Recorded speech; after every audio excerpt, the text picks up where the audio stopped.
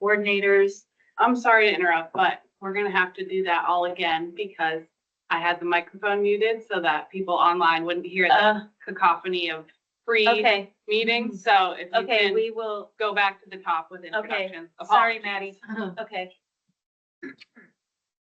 We are, now we can be heard?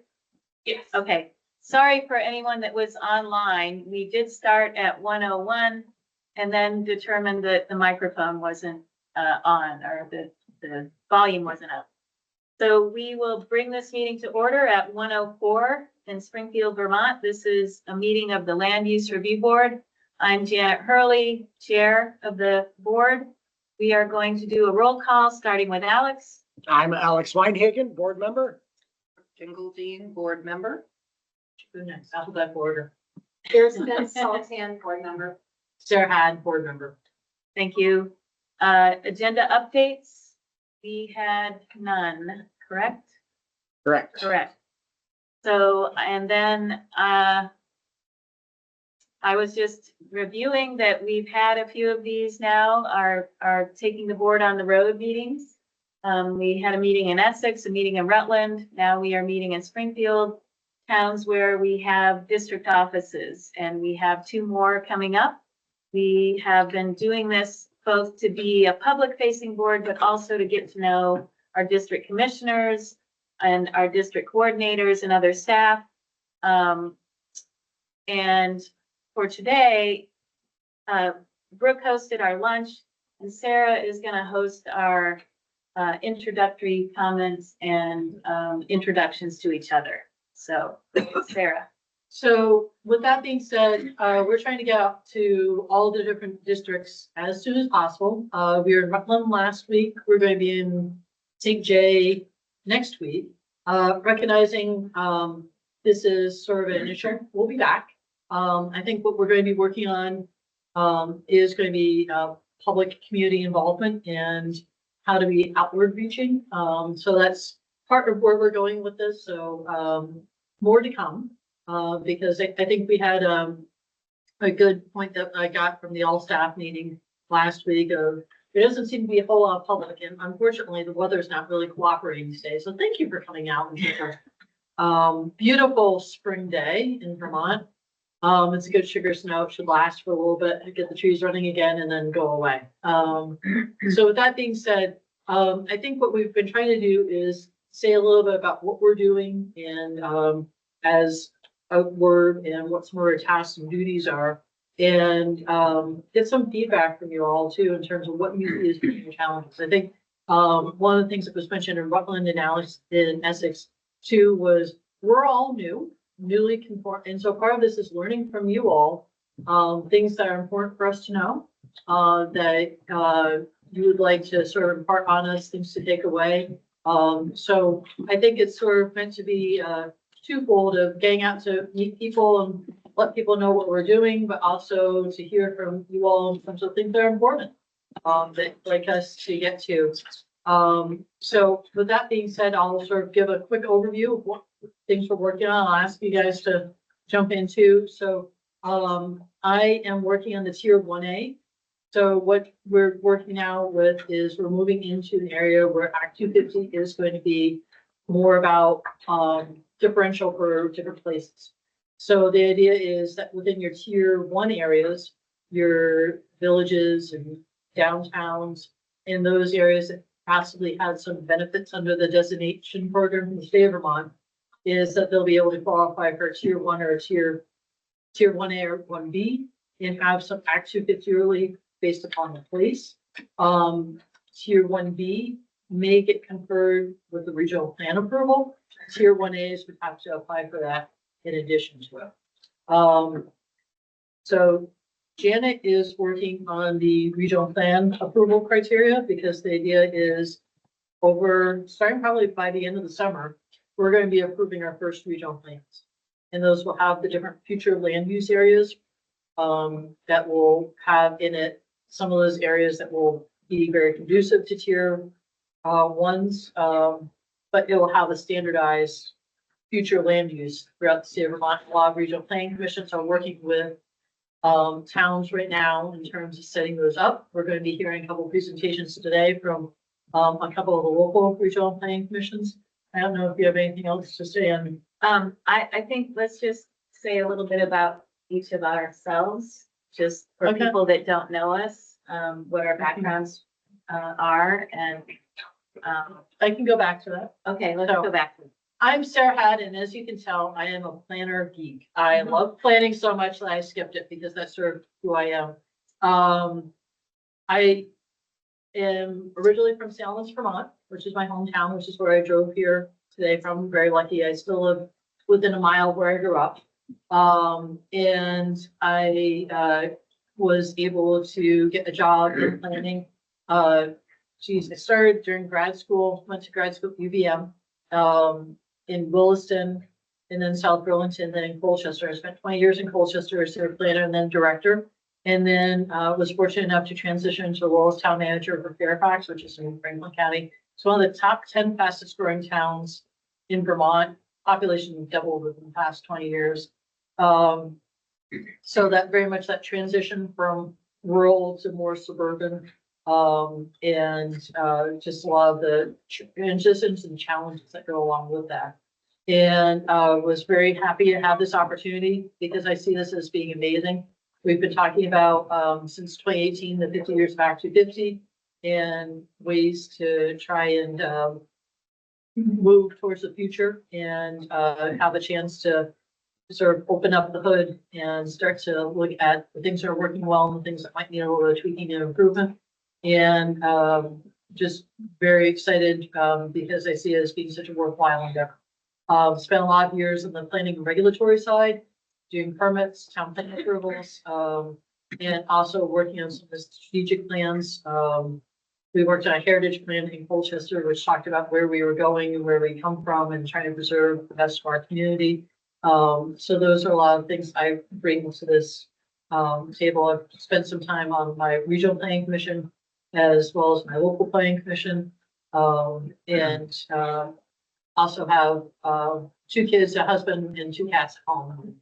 Enjoy getting out and hiking and doing all things water. I think I was talking with one of you about the love of water too. Definitely Lake Champlain during the summer, which is coming, right? Christine, do you want to? Sure. So, I am coming to this role, having most recently been in a different role within the former Natural Resources Board, now as a LURB.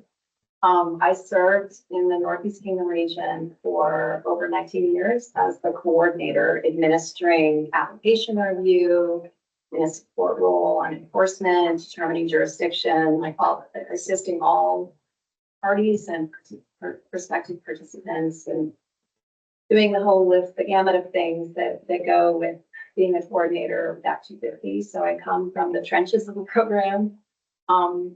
And before that, and by the way, it's great to see the 2 sort of local coordinators, Stephanie, Guile, and Pete Costco are with us today. So shout out to all, all of our various other central office staff member too, and a bunch of people online. Before I came to work for Act 250, I was in civil engineering consulting for 17 or 18 years, including almost 4 years with my own consulting business. And in that role, I found myself doing a fair bit of work for water quality and took on some work doing some inspections for 2 of the district commissions and became more acquainted with Act 250 through that consulting work. And was always drawn to just how interesting and important this work is. So I'm delighted to have an opportunity on the board to bring forward my background and experiences. I've kept up my civil engineering license all these years. It's definitely something I attach great importance to.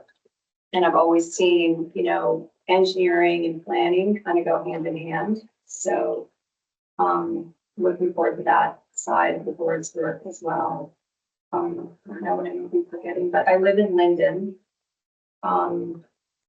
where our daughter spent, the last half of her school years, and we live in a very rural area. The Northeast Kingdom has a predominance of what Act 250 calls money for towns that don't have the duly adapted zoning and subdivision bylaws. So what that means is that there are many, you know, in many cases, small businesses that trigger Act 250 jurisdiction.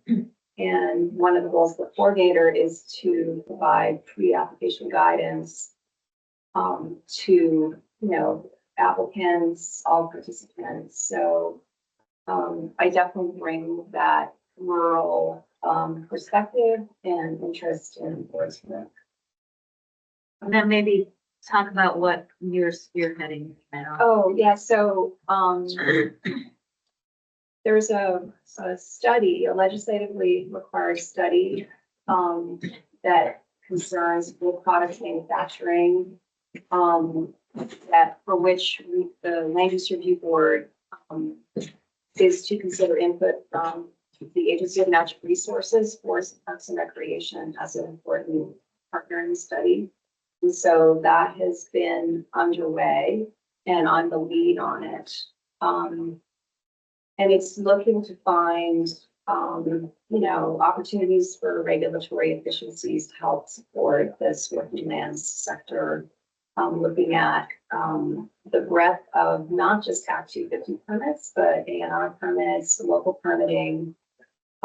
See how the Act 250 minor process is working as part of the legislative report that's underway. And it started with a survey. There's been some pretty deep file review of that sector of Act 250 permits, and we're getting underway with pre-stakeholder meetings and moving on the board.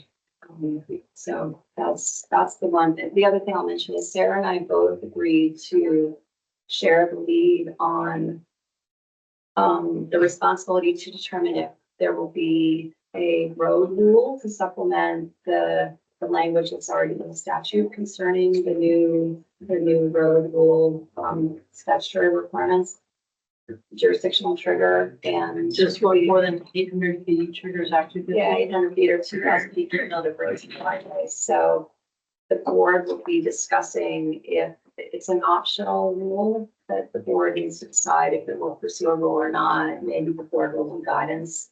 But Sarah and I will be working on that. We haven't really gotten underway with it yet. Yeah, so it's great to be here and thank you to everyone.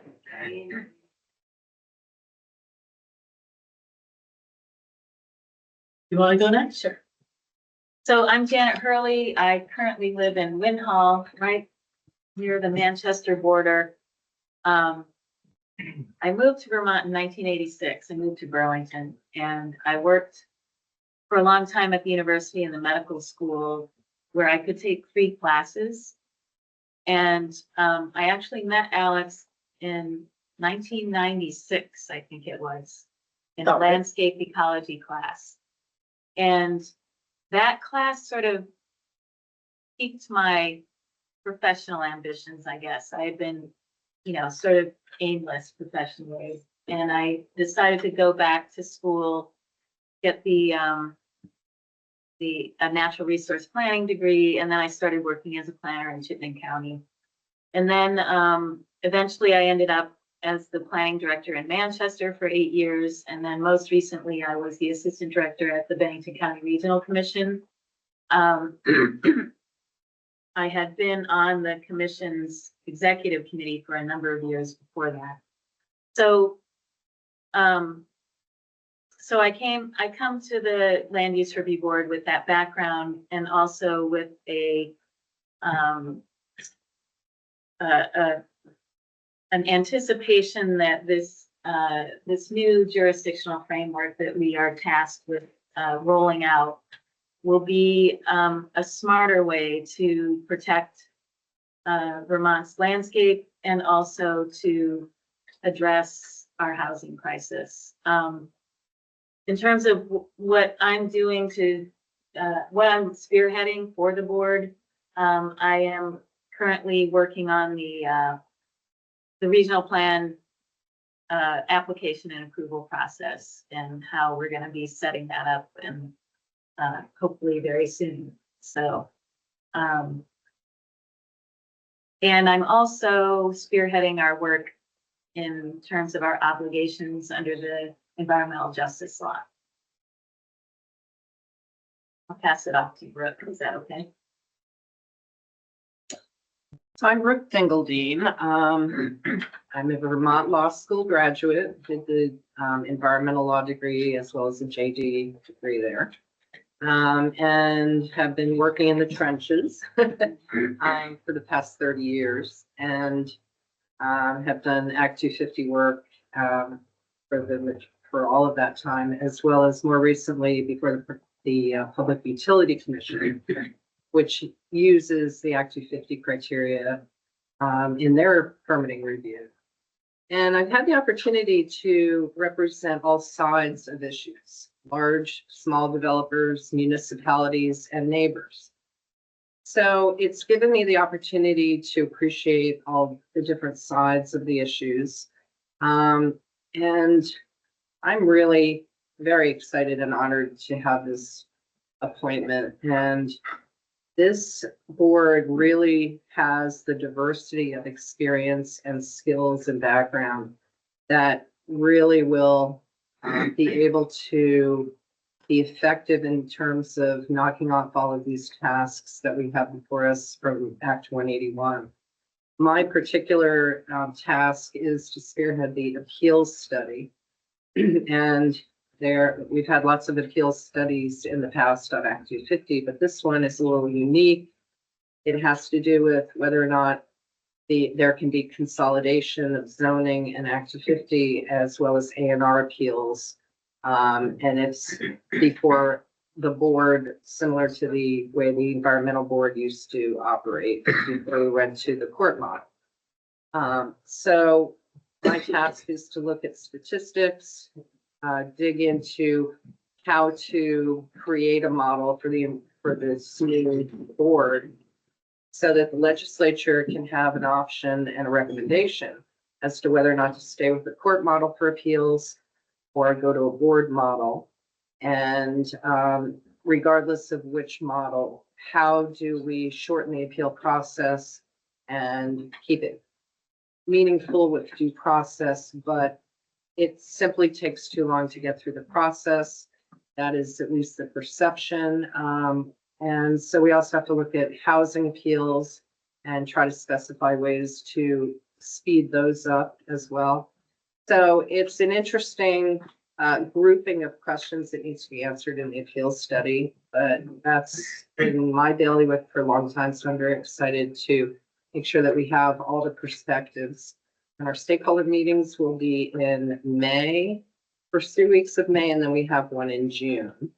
And we're trying to incorporate all of the required stakeholders that were specified in the statute, as well as make sure that our staff and district commissioners also have input into this, regional planners as well, so that we can make sure that we give the legislature all the really important and relevant information to make choices about how they deem it appropriate going forward to revise appeals to make them more timely.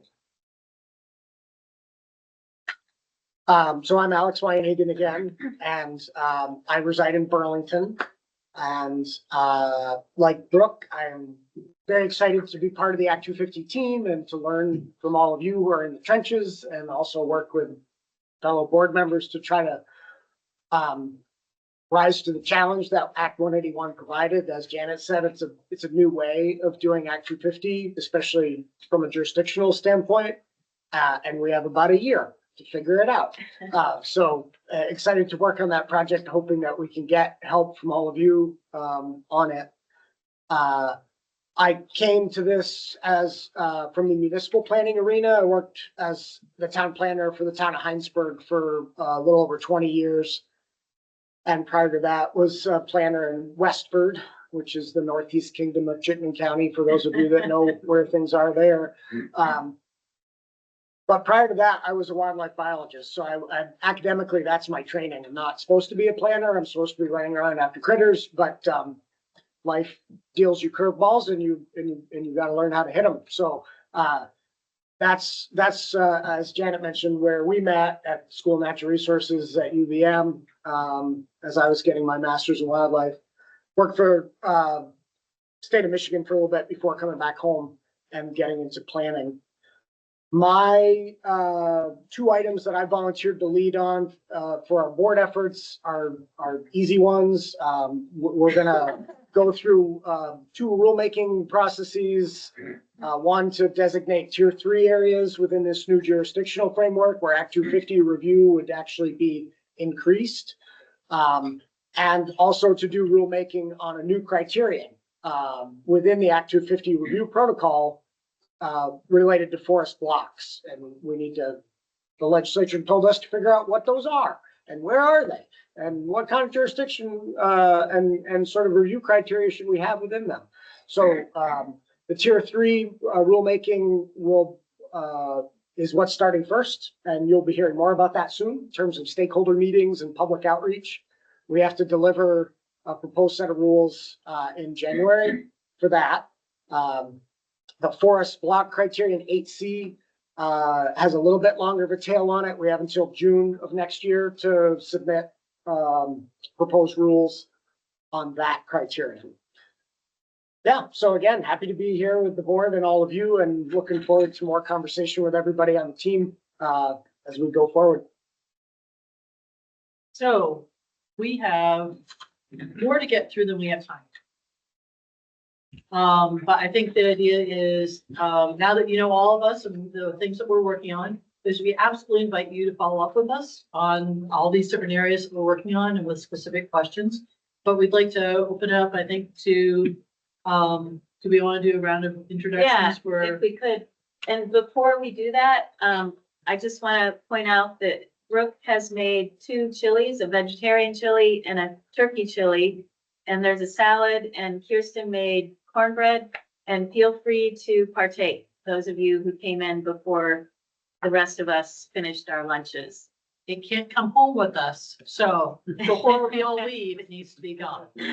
So, So, yeah, do you want to do the folks online first, or? let's do here first. Okay, and let's then- do here. Yeah, Sure. I'm Pete Kopsko. I'm the district coordinator in District 3, which is the northern half of Windsor County, roughly.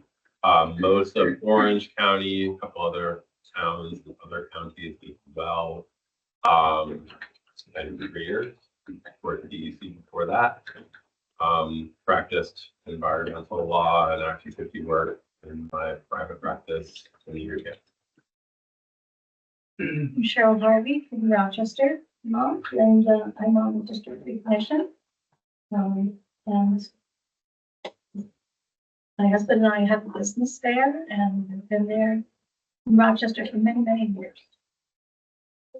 Susie Ann Butterfield. I live in Stockbridge. I'm on District 3. First got on in 2000, thanks to Governor Douglas, and I served through his administration, was off for a little bit, and have been back on for 8 years. I used to work for Du Bois and King Environmental Engineering, and that kind of piqued my interest on certain things going on with the rivers and streams, and I was always interested in that. So it was something that I actually sought out to learn more about and help. Good to be here. I'm Kevin Geiger. I'm the chief planner at the Two Rivers Ottaquechee Regional Commission, where I've been for a long time. And before that, I was assistant director of an NVDA in the Kingdom. Hi, I'm Peter Gregory, Director of Two Rivers Ottaquechee Regional Commission. It's good to see you all. I'll be a little bit more transparent. I've been there since 1989, working on regional plans, town plans.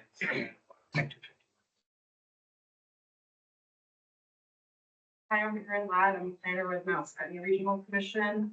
Prior to this, I was in South Florida for 10 years. I got a bachelor's degree in urban planning and a master's science in real estate development. I grew up in Ludlow, and I'm just happy to be home and see all the exciting work that's happening here.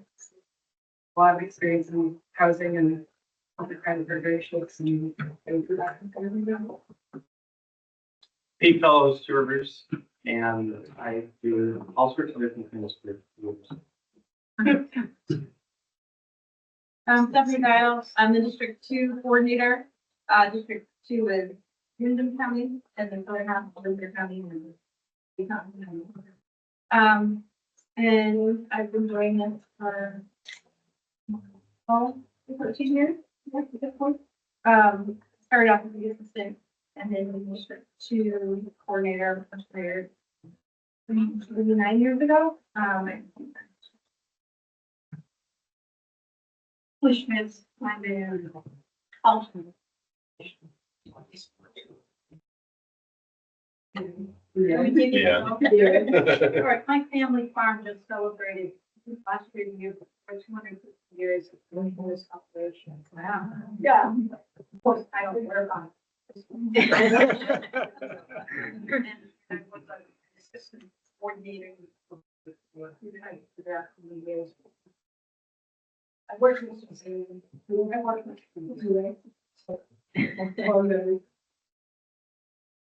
I'm Cheryl Cox, and alternate for district commissioner for District 2. And then commissioner, alternate and regular commissioner for an alternate roles. And I'm retired. Hi, I'm Sue Westa, Associate Director of the New Regional Commission in Bradford. I've been there for about 6 years now, and prior to that, I have lots of other planning experience in Connecticut and state movement. I'm the Executive Director for the Land Use Review Board. I was previously Associate General Counsel for the board for a number of years. Then I went over to Norwich University and did compliance and regulatory work for them for a few years. And then there was whispers that there was major changes coming to Act 250. I couldn't resist and came back on my current position. I'm Maddie Potter. I'm the legal technician for the board. Regional Idaho, business director for the board. I'm Scott Riegel, I'm assistant and GIS planner and Scott Regional Commission. I started my Vermont planning career with these three gentlemen up here at Two Rivers way back in 2015. In the middle 5 years, I worked as a data analyst on a program for since come back into the planning world. Fantastic. Well, thank you guys all for coming out on a beautiful spring day. And who do we have online? We have Rachel. Jenny, do you want to start? Good afternoon. I'm Jenny Ranis. I'm Associate General Counsel, working with Allison and Rebecca, who Allison, I'll throw it to you next. Thanks, Jenny. Hi, everyone. Allison Milbury Stone. I am General Counsel for the Land Use Review Board. I have been here since 2021 and acting as General Counsel for the last 3 years. And I will turn it over to Rebecca. Hi, good afternoon. I'm Rebecca Shalafo. I am the new attorney working with the Land Use Review Board. And is that Annette? It is Annette. Do you want to introduce yourself? I'm Annette Smith with Vermonters for a Clean Environment. Thank you. And Elaine. Maybe Elaine has a song in the background and she's busy. Elaine is one of our district techs. All right. With that being said, what would you like to, in the bit of time that we have remaining, what would you like to let us know, or what questions do you have? And I think that we found in Rutland that it was very useful for some people to try and sort of connect the dots. There's a lot of information that's being thrown out for our district coordinators, our district commissioners, our district techs. And I think that was one of my takeaways from Rutland is people found it very useful to sort of like, now I understand. I'm able to talk this through. I'm able to ask questions. But I think we also want to hear from you in terms of different things that you think it's important for us to know in here going into these new roles. It's great having lunch and talking to some of you and some of the different perspectives. Please, we'd welcome you to share with us today more. So. No one wants to go first, do they? Jim Sullivan did that for us last week. Yeah, icebreaker. Here. Well, let me just say that, I'll let my staff get into the details of the Okay. mapping process, but just to say that, I'm extremely pleased with 181 being passed because it really elevates the importance of local and regional planning and the importance of doing so on a consistent statewide basis. And the importance of having policies that are clear and unambiguous that attach to the land use areas. As we know, doing the geography and the polygons on a map means very little unless there are policies that help implement that. So I'm hoping that when the board gets the plans, ours included, we write it in such a way that it's clear our intent for each of the land use areas. It's not that we just use the same colors or we use the same nomenclature. That to implement the plan, it's important to have the policies. And as some of you know, we've had a recent Supreme Court case back in 2016 or 17 that reaffirmed the importance of planning. And when it's done well and clear, it has great impact on the state. So look forward to working with all of you on a technical basis, any other basis that you need, because this is the culmination of many decades of IPAC to elevate planning and to make it really meaningful in the regular process. So, welcome here and thanks for having us.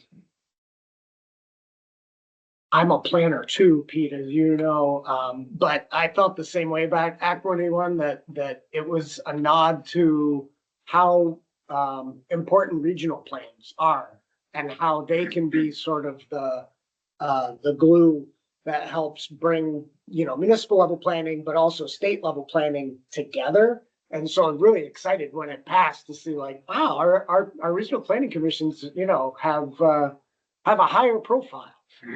And this board, I think part of this board's job is to dovetail that with, the state's development review process, as well as, review of regional plans. But beyond that, it's exciting. Yeah. And thank you. And if my board gets soft on their responsibilities, I'm asking you to call them out. Seriously. I mean, it only works if we really do our job well.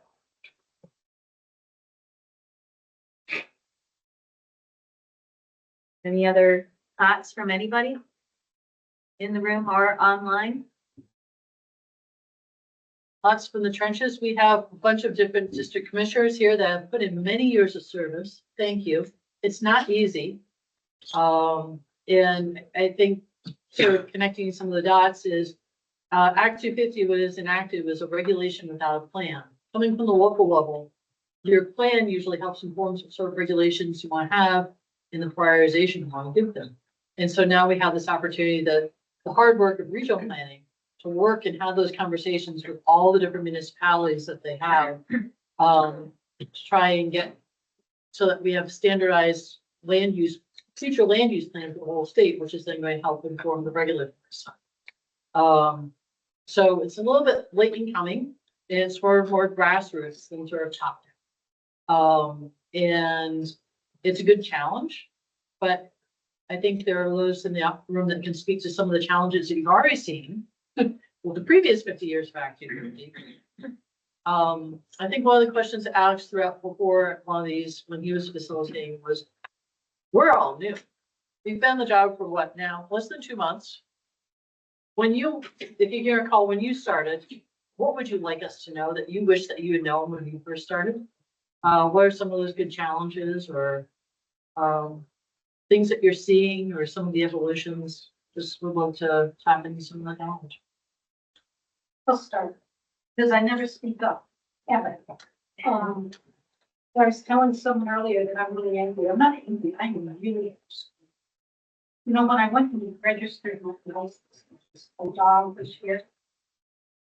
The town clerk looked at me and she said, we want to be.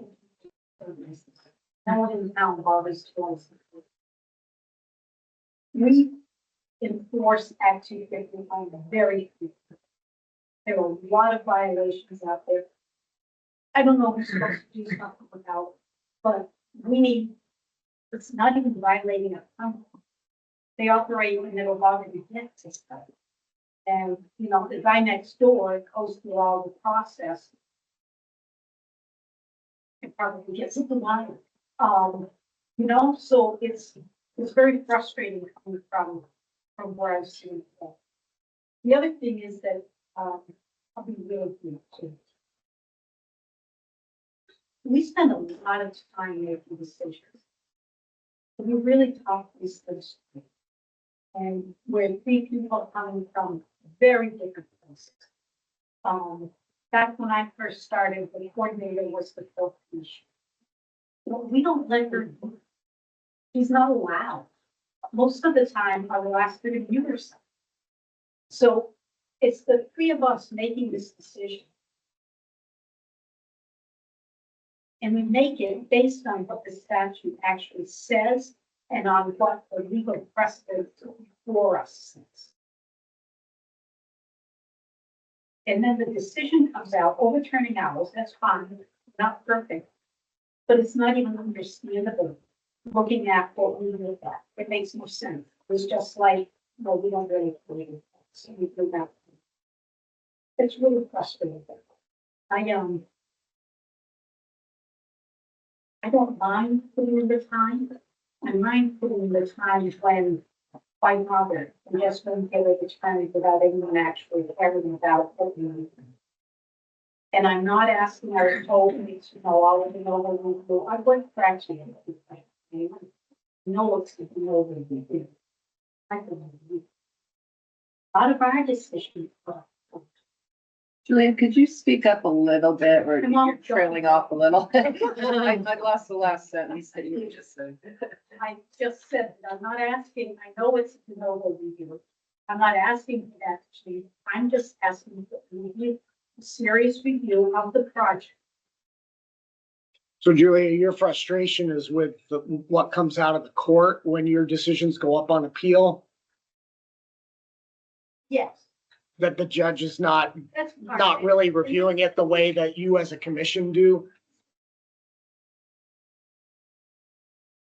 Doesn't need to go to court. What's that called? Settlements, yeah. It's the settlements I'm even more frustrated. Really? Oh, yeah. So Julia, let me jump in and just respond a little bit. Because one of the issues that I'm focusing on right now is making sure that we have proper guidance documents in place to give us the factors and the protocols of how to involve ourselves as a board, as a party to litigation when cases go up on appeal, either from a JO, jurisdictional opinion, or from a permitting case that's appealed. Because I think it's very important, knowing that the statutory charge for decision-making was placed by the legislature in the district commission's lap for permitting decisions, and for jurisdictional opinions, our coordinators are responsible for that. While that is the situation statutorily, we are also charged as a board with appropriate oversight of the process by which our commissioners or our employees, the district coordinators, operate. And it's their independence that we need to make sure is honored, but we also do have a supervisory function and an interest in ensuring that decisions are consistent over the state throughout the districts. And so we're hoping that creating that clarity to make sure that we understand whose authority and how it's exercised is put in writing so that everybody understands how it's supposed to operate internally. The other guidance that I'm working on, and this is with the assistance of our district coordinators for one, and we'll be also having our lawyers take a look at, make sure that what we're drafting is appropriate. But the other area is about litigation. When should the board involve itself in an appeal? And what factors are permissible for us to take an exit ramp to litigation and enter into a settlement agreement and not have the court ultimately decide that de novo review. And that's very important. And we are patterning it after Department of Justice guidelines to make sure that decisions are not abandoned or our commissions or coordinators are not supported. But also recognizing that sometimes there are important reasons why resources should not be put towards talking with the court or dealing with that appeal process. We need to be smart about the use of our resources as well. So I hear what you're saying, and often those decisions are people don't understand why there would be a settlement. And what my goal is to make sure that we can stand behind any decision to say we followed our guidelines or our commissions or coordinators did their job. And, you know, this is not a precise science. There will be differences of opinions on certain issues. But we want to make sure that our decisions, if we follow the right guidelines, are correct and appropriate. And we won't always be right, but that's what the appeal system is for. So I take very seriously your concerns, and I am endeavoring to move forward on that so that the board can actually consider and put into place the guidelines so that everybody understands how we're going to be operating, because we are an independent board that has to make sure we're objective and we administer the law. Sorry to be so long-winded, but this is a super important topic. And so part of this too is you don't know what to fix unless you hear, and that's a good thing. It's funny, I was actually reminiscing, if I had been in my old role, I would have been at the rabies clinic this past weekend, because we found out dog licensing had tapered off, and it was because it was hard to get dogs into the vets. Number one, they're as booked as primary care providers, and number two, it's kind of expensive to get rabies shots. So we started working with a vet to bring in a clinic to do rabies shots, and then also do the licenses and give everybody stickers. So sometimes it's that compelling compliance too. And I think we heard some of that in Rutland too, some frustrations with compliance. And those are things that we take seriously and we will look into. So, what else besides rabies? There's that. No one likes rabies. But thankfully not part of our charge here, so. Anybody else, everything copacetic? Cheryl? I always wonder if there should be some sort of a public education campaign, let people know what Act 250 is and what it does. And there's so many people blaming Act 250 for something. This happened because of Act 250. When Act 250 had nothing to do with it, or they're afraid that their land is going to be under Act 250 when it never will be. Go ahead. I agree with that 100%. That's what goes through my mind. The business my husband and I own is an excavation company. We work a lot with the homeowners, and a lot of them are coming in from out of state, but a lot of them are in state and have been here for years. But they don't have a grasp of knowing what I should do. They want to do the right thing most generally, and they just don't know. And a public education of some form, commercials or something like that. I don't know how it could be. I don't know how to do it, but I agree with her. Yeah, it's something that we are tasked with, a community engagement plan. And it's something that I've been thinking a lot about as I learn more about Act 250. And it's on our plate. And I think partly we'll have to hold off a little bit because we have this work to get the Act 181 rollout that is going to be primarily the work that we do in the next year. But I think, immediately after that, and for instance, I went to the Bennington County Regional Commission just to do a sort of land use review board update with them last week. And that's something that we can do in the interim, but definitely like updating the Act 250 brochure that I found in the Rutland office when I moved in there last week. Yeah, last week. you know, something that was obviously put together certainly more than 10 years ago, and nothing, it hasn't been updated in, you know, way over a decade. And there used to be the Act 250 handbook, which was something that was published by an individual. I don't know if it was part of her graduate research or something, and then it got updated a couple times, and then it stopped in 2006 or something. And it just seems like we need to be doing that. We need to be, and that book was aimed at the layperson. You know, how do I interact with Act 250? And not everybody reads books anymore. So, you know, part of what this needs to be is, you know, we need a beefed up website that interacts with people, that allows people to interact with us. And it's part of what this board is tasked with. It's not the first priority because of, you know, these the rulemaking that we need to do, and the application processes that we need to set up even sooner than we need to do the rulemaking. So we're that's one of the areas that I said I would spearhead, and I'm committed to it. I think that's one of the other things too that we haven't said, just before I'll have you answer, which is what they're calling tier 2, which is the rest of everything. Everything's the areas that aren't changing. Alex is spoken to the tier 3s where things get more restrictive. I'm working in the tier 1s where things get less restrictive. Tier 2 is all leftover that we are, as a board, supposed to also do a report on.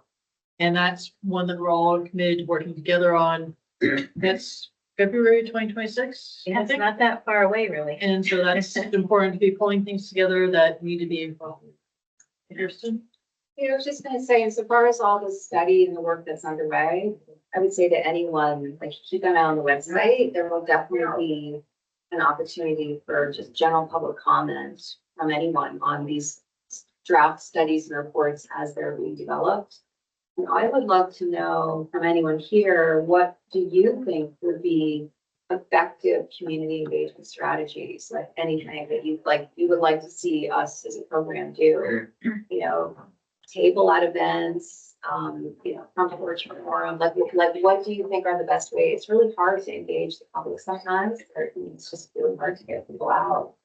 But if there's things that you think we should be considering including in a specific community engagement plan that Janet will be leading on, I'd love to know what people think would be some good strategies for us. Accredited realtor training. Accredited realtor training. You know, this is, it's not good today, but this is back in 1820, I was a chemist. And I know they terminated the position, but we used to go out and talk. Yeah. We talked about when do you need a permit? Yeah. I know we weren't supposed to, but we did.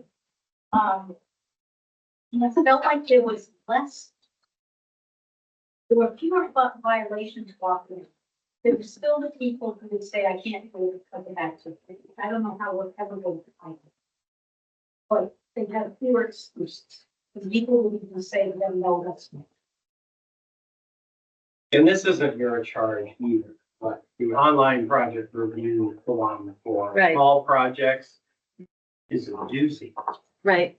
Yeah, So this is our third district meeting, and it's come up, I think it came up at every one so far. hasn't Yeah, it? I'll just mention too, the survey. Sorry. No, I mean, it's good because it's reinforcing that, you know, this is It's a too much problem. for. some Yeah, projects. yeah.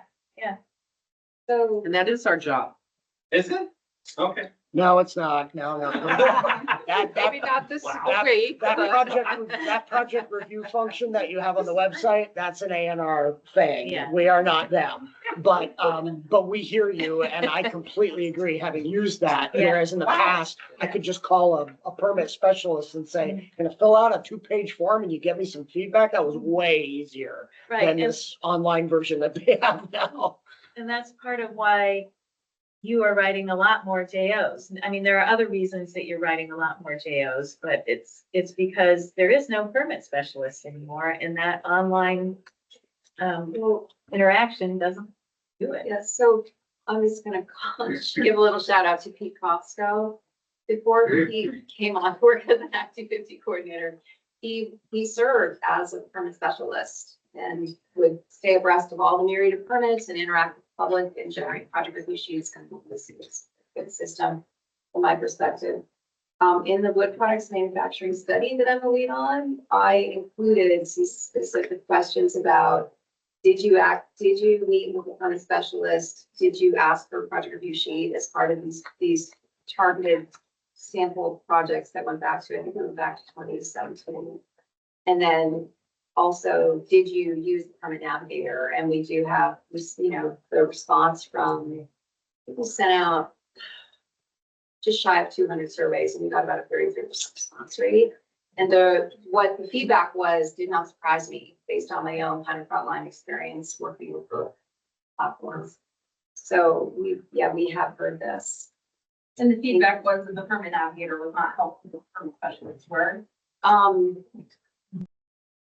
Some respondents, I guess I would hesitate to kind of summarize it, because we really haven't done that. But yes, there was strong support for the value of the permit specialists and the availability of the project review sheet. And then there was mixed responses on the permit navigator online system.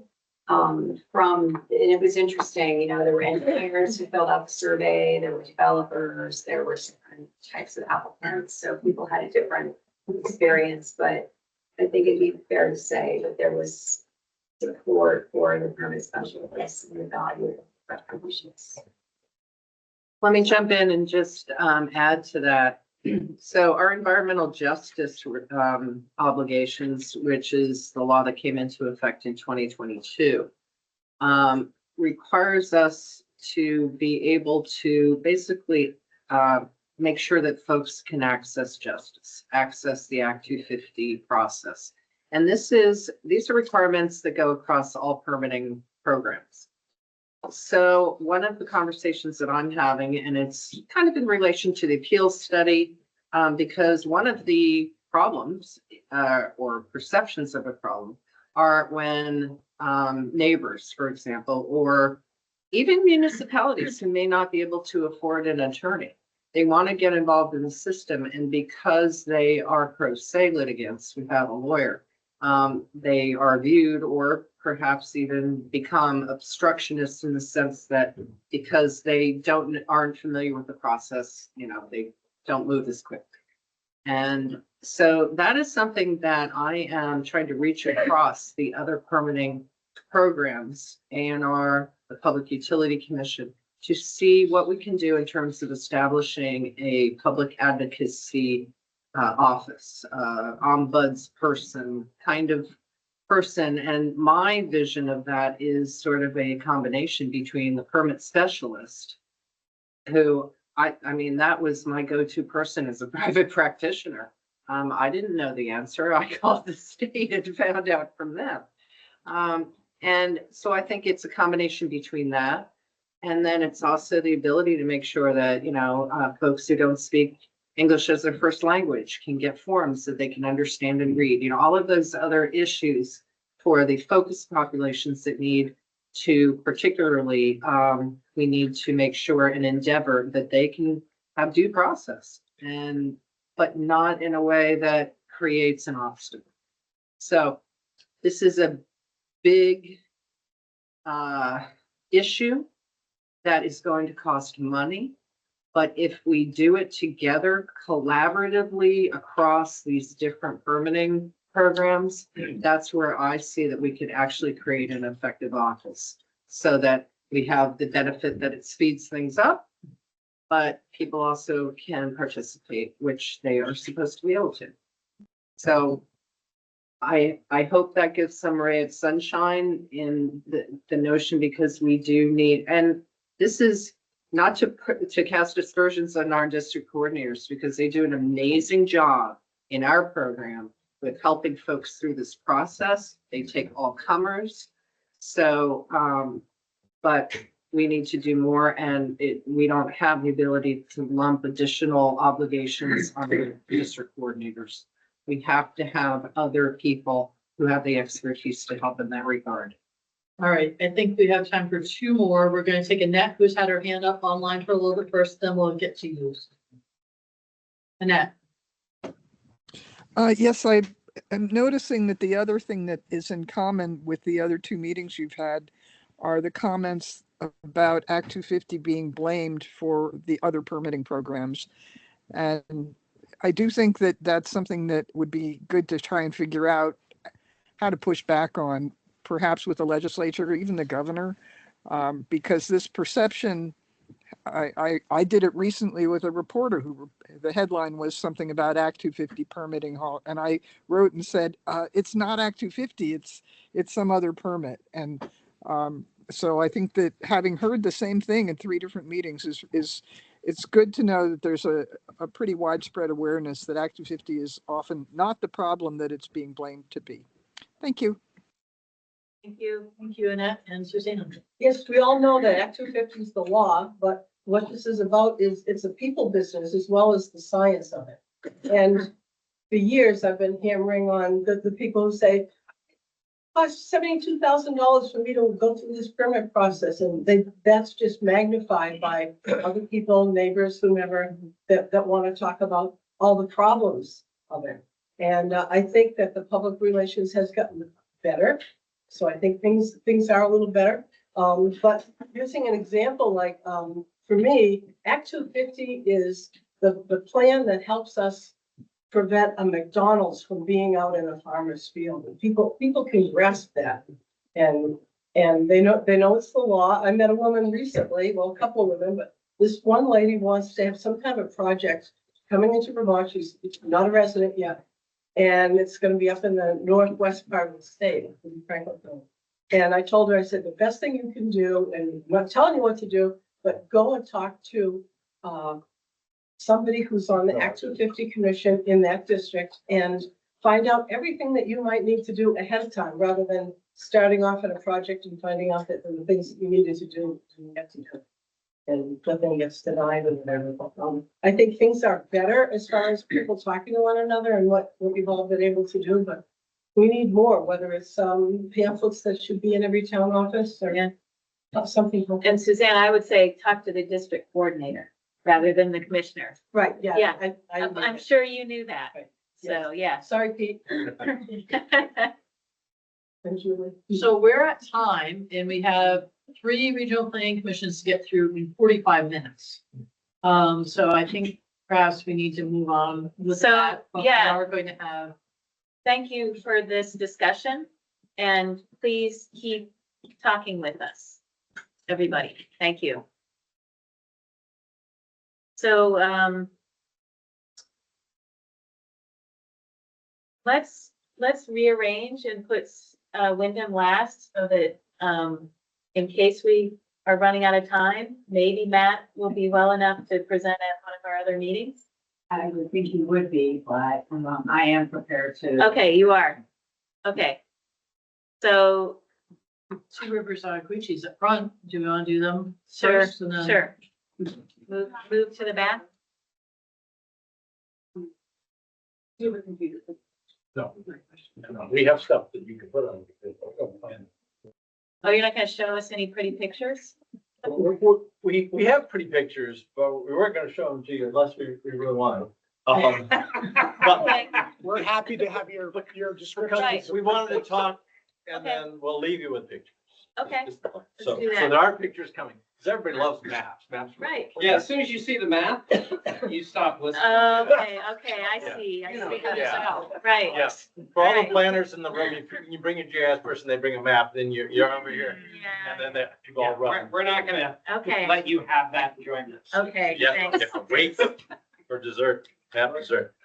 So thanks for your time. Again, I'm Kevin Geiger. I'm the chief planner at Two Rivers Aquitici Regional Commission. I'll address you, I guess, and the cameras who follow, whatever, however things are going to go on. As Peter said, we're in the process because the legislature told us to update our regional plan and our maps and use certain future land use areas in those maps.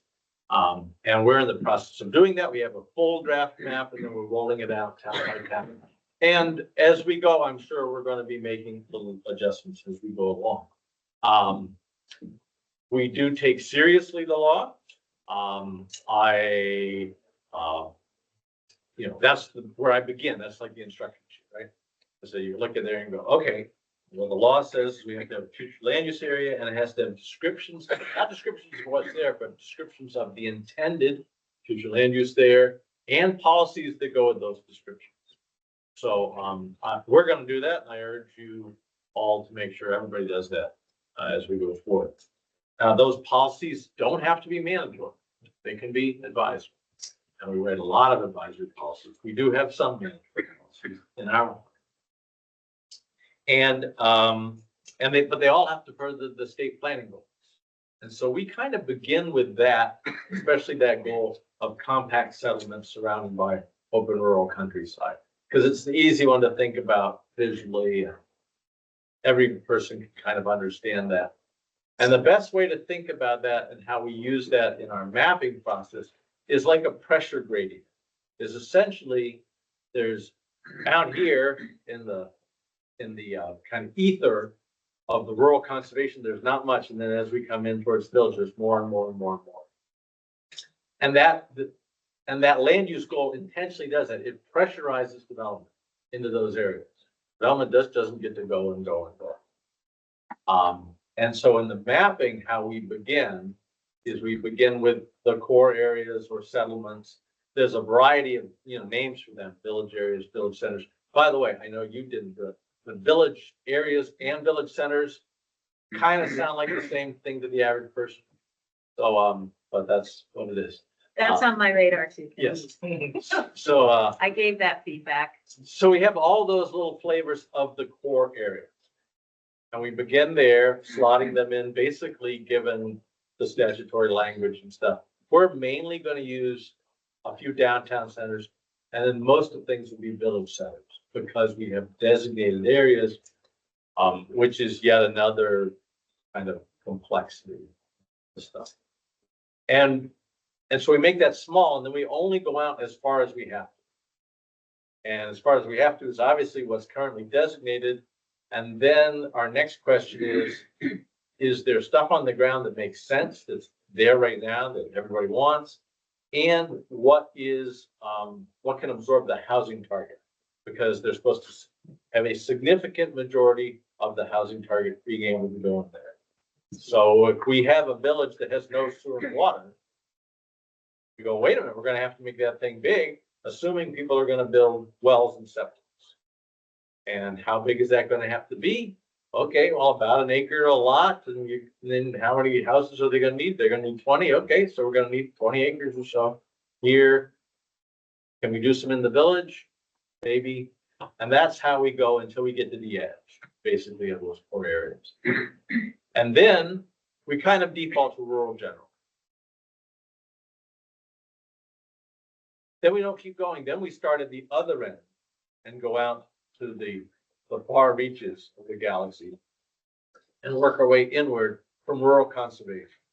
And we begin that primarily using two things, but we primarily use the highest priority forest block and habitat connector.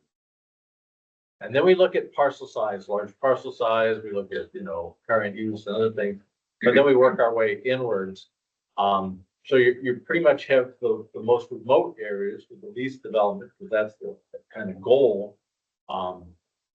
The statute said the goal of those areas, they actually put some policies in Act 181. The goal of that rural conservation is functionally ecological, functional landscape, right?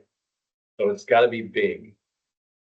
And we look at that and then go to where we see the parcels start to drop off and go, well, this is a 20-acre parcel, or this is a 10-acre parcel. Once you start to get, we use parcelization a lot. Once you start to get small parcelizations, it's kind of game over for a lot of things. Foresters don't want to come in and log a 10-acre lot. Not going to happen. You can have a 10-acre forest, a field, maybe in a farm that's viable. So we do that, and then we we smooth the map. We kind of look for outliers, because it makes no sense to have one little dinky dot here in the middle of some sea of some other color from a land use perspective. So to me, there's an initial cut as we go, and then there's refinement as we go along, kind of make the thing work. The other thing we've chosen to do is use a lot of parcel boundaries as our boundaries. Because eventually, map and the policy is gonna get used by somebody in Act 250, and they're gonna wonder, where the heck am I? In this wiggly little line, and it'll be a lot easier to go, oh, we used a stream, we used a road, we used a parcel boundary. You're in this area or this. So in terms of applicability, we really like that as our benefit. So sometimes, you know, you'll have a parcel and maybe it's got some of this or some of that in it, but you can go, well, it's easier to go to this one or to that one. So we do that as we go along. And then what we're doing right now, of course, because the law told us to, is we're going out and we're talking to each town as we go. And our approach on that has been, we're kind of taking towns in chunks. So think of it like 5, maybe 10 towns in a chunk. For a couple of reasons. We want to edge match the land use areas across the town. But we also think there can be a certain amount of, not buzz, because I doubt there's ever going to be buzz about regional planning. But there'll be articles in the paper and some things, and so that there'll be a certain literacy will go up in that area. And we begin that process by not talking about the town stuff, but by doing a regional meeting, exactly addressing some of the issues you just talked about, which is, what is this? What is a regional plan?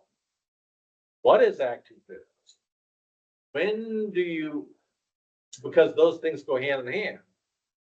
When our plan has mandatory stuff and you trigger Act 250, that's when that sentence says, you shall not locate in, forest blocks means anything. Because people read that and they think, oh, we can't build in the forest. You go, well, no, only in Act 250 and only in these certain cases and da, da, da, da, da. So we felt that we need to do that background piece at first before we even hit the town. And then we kind of do it again at the town level as we go along. And so we've done three towns so far, I would say. And we're working up in the Randolph, Brookfield area to start. We do the towns individually, and the first time we meet with the towns, we bring a map of our draft. We don't have a pre-meeting. They see the map at the first meeting. And we lead with the map and then tell them, draw this thing, you think we got something wrong? Or draw around that, send it back. We physically draw on the map because people hate to draw on those nice maps that people think. So we actually draw them, like, then they got a gasp per second. Like, see, you don't go to jail for drawing in the maps. Literally drawing this thing, send it back. Really try to leave them a couple of copies out there as we go along. And that's kind of a quick overview. We have our full draft regional map. We've got a couple of samples of how we bound villages a little bit as we go out and back and out and back. Some of that is driven by soils and sewer and water if you have it, and hills and things like that. But again, the land would let you keep going, but the state goal is, nope, only go as far as you need. So I'm glad to take any questions. We have a couple minutes for questions now. Curious about the housing targets and where you feel Two Rivers is in terms of factoring those in. To the mapping that you're doing. Yeah, so we've decided to take the high end of the housing target. As you know, they come in a range for regions. So we use 3640, which is the top end of our range. And we do that for a couple of reasons. Those housing targets are not the housing we need. And everybody should understand that. They're about a third of the housing. Those targets are made to deal with demographic drift. They deal with, okay, our households are getting smaller, so our numbers of units are getting bigger. We don't actually need that many more bedrooms, but our households are getting smaller. They don't deal with the 900 vacant jobs over at Dartmouth-Hitchcock and getting people to come here. They're just dealing with the demographics that we have named. So if we want new families, if we want new employers, if we want to bend the demographic curve, we're going to have to do much, much more than those housing targets are. And they don't take into account a lot of the people who are currently housed who are paying too much. In our region, we have about 10,000 households that are paying 30% or more. So those people actually need an affordable house. They have a house. They actually need an affordable house. So that number gets really big really fast. That's why we felt it's safe to take the top end of the spread versus the bottom. Then we take that and we prorate it right now by population. So everybody gets their share based upon the population. And then we've kind of done a little weighting factor right now where we go, well, if you're off the beaten path and you don't have sewer and water, you go down a little bit. And if you are, you go up a little bit. Nothing fancy. Nothing fancy, but that's where we are right now. And then what is a significant majority of the housing targets, and we use 55%, for lack of a better thing. And so then we go, okay, in Fairleigh, it's 30 or 40 units. In Tunbridge, it's 50. In Woodstock, it's 200, whatever the numbers are. And then we say, can half fit in the village? So then we are in the process of trying to figure out, okay, 5 acres a unit if you have certain water, the state stuff. So we basically go 5 acres a unit. 5 units an acre. Sorry, I got that backwards. But some of those things, we don't do a full build out analysis for those of you who have done that type of thing where we look at each parcel. But we do enough to go, this is a reasonable chance. And we actually put in a pretty conservative kind of slack on it. So, because there could be a house, you look at some of these houses in Springfield and you go, maybe that's a house, but it could be a quad. We get done with it because we need a lot of small unit houses. So we do some of that. In 1 to 2 units an acre for no. Yeah. For no services. And then we try 5 for services. And then, so Brookfield had decided they wanted a second village. And so we've actually put a little second village down by the school. And then how big does that have to be? Do that. It's all farm around there. So obviously we're going to need some farmland to do that. But, so we looked at the parcel and like, well, that's ag field and this is ag field. Well, this is actually used. This is going in brush. And That's something they asked for. yes, they asked. We didn't have that. Because if you've been to, the main village in Brookfield, it's kind of tight down in the valley there. It's wet. It's obviously got a pond above it and it just doesn't bode well for water. And then where that edge is exactly those conversations with the villages. Okay, maybe we drew some lines. Maybe you'll go, well, that farmer's, he's going out of business, pick this farm, or however you want to do it. That's how we'll end up kind of, I think, with the fine tuning. So thank you for all the detail. I find it super fascinating. But if I remember right from this front end of your response, at least in your area, it's the target and then it's municipalized by population. Yes. And did you find any reason to break that model? Are there communities that deserve a lot more than what they have based on the current population because of their infrastructure, for example, because they've invested in infrastructure or because of their own municipal plan where they're actually seeking more than towns that maybe are a little more reticent? I wouldn't say we have anybody really now saying, pick me. We don't look at the capacity of the system necessarily. So Woodstock, for example, has sewer and water. They have zero capacity in their water system right? Which is why someone just sunk a 700-foot well in the village. But we don't look at that because we go, you should get some capacity in your system. And they're applying for a bunch of grants. We assume they have a vibrant water system. One of the things that may change our weighting as we go forward will be, well, there are a lot of bedroom communities that people commute out. Now we want those, and I'm sure those communities don't want to shrivel up and die. They want schools, they want people in their village. but everybody's commuting out. So from an energy perspective, does it make sense to actually shift the housing targets a little more towards the population and employment centers especially? That type of thing. But right now, we're not finding any villages and stuff where you go, well, this just doesn't work. And the number is a big number that's not, and Fairleigh is a good example. Jonah Richard gets in the paper a lot for doing those housing. He's basically helped Fairleigh hit their housing. Done, check. They have water, they don't have sewer, which enables some things to be a little tighter, but it's not that hard. What we do find is a lot of people say it's impossible. We're like, it's all hill and stone and, you know, this and that, the other thing. And they really just need fresh eyes to look at their village. What about there? Thank you. Thank you. Who wants to go next? Sue? You wanna go next? Okay. Susan Westa from Wyndham was gonna be Matt, but he is ill today. Yes. So, Do you have the presentation? Okay. Yeah, and Matt apologizes for not being here, but he's sick and he's the one who's been leading this effort in our office. I've been, involved here and there as needed. So I won't have a lot of the details. Plus, we're not into it as far as, even Two Rivers is at this.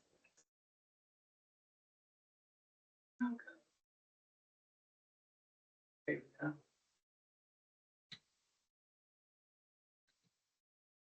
And you can go on to the next slide. So that's our region, the Wyndham region, 27 towns, 3 of which on the western border are in Bennington County, and then the one that sticks up at the top, Weston, is in Windsor County. Next slide. Somerset's not a real town. There we go. Somerset has about 6 people. That's why he says that. It's mostly Forest Service land. And we have other towns similar, but not quite as small. So this is where our focus has been right now, is on completing the update of our regional plan, which was adopted in 2014 and re-adopted in 2021 as is. Basically, we got a little messed up with COVID and all of that. And so we kicked that off in 2022. And we have a final draft currently. We had our public meetings over this winter. We'll have our final public hearings in the fall, I think right before the summer, and then in the summer, we will be adopting our new regional plan. Next slide. And this is going to be our first web-based regional plan. So this is a big change for us. We worked with a consultant, Edgeworks Creative, to help us figure out how all that was going to work. We felt that this would make our plan more approachable and useful. There's going to be a lot more information available and in easily accessible ways. You're going to have abilities to search things, download things, and print sections even for those folks who still do that. Next slide. And this is what our new website is going to look like. There's going to be lots of pull down menus and links throughout the documents. Next slide. Okay.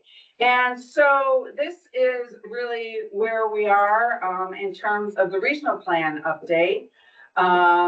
As soon as the new plan is in place, we'll be working on the Act 181 updates. We have already started some of that, really just kicking off some of that work.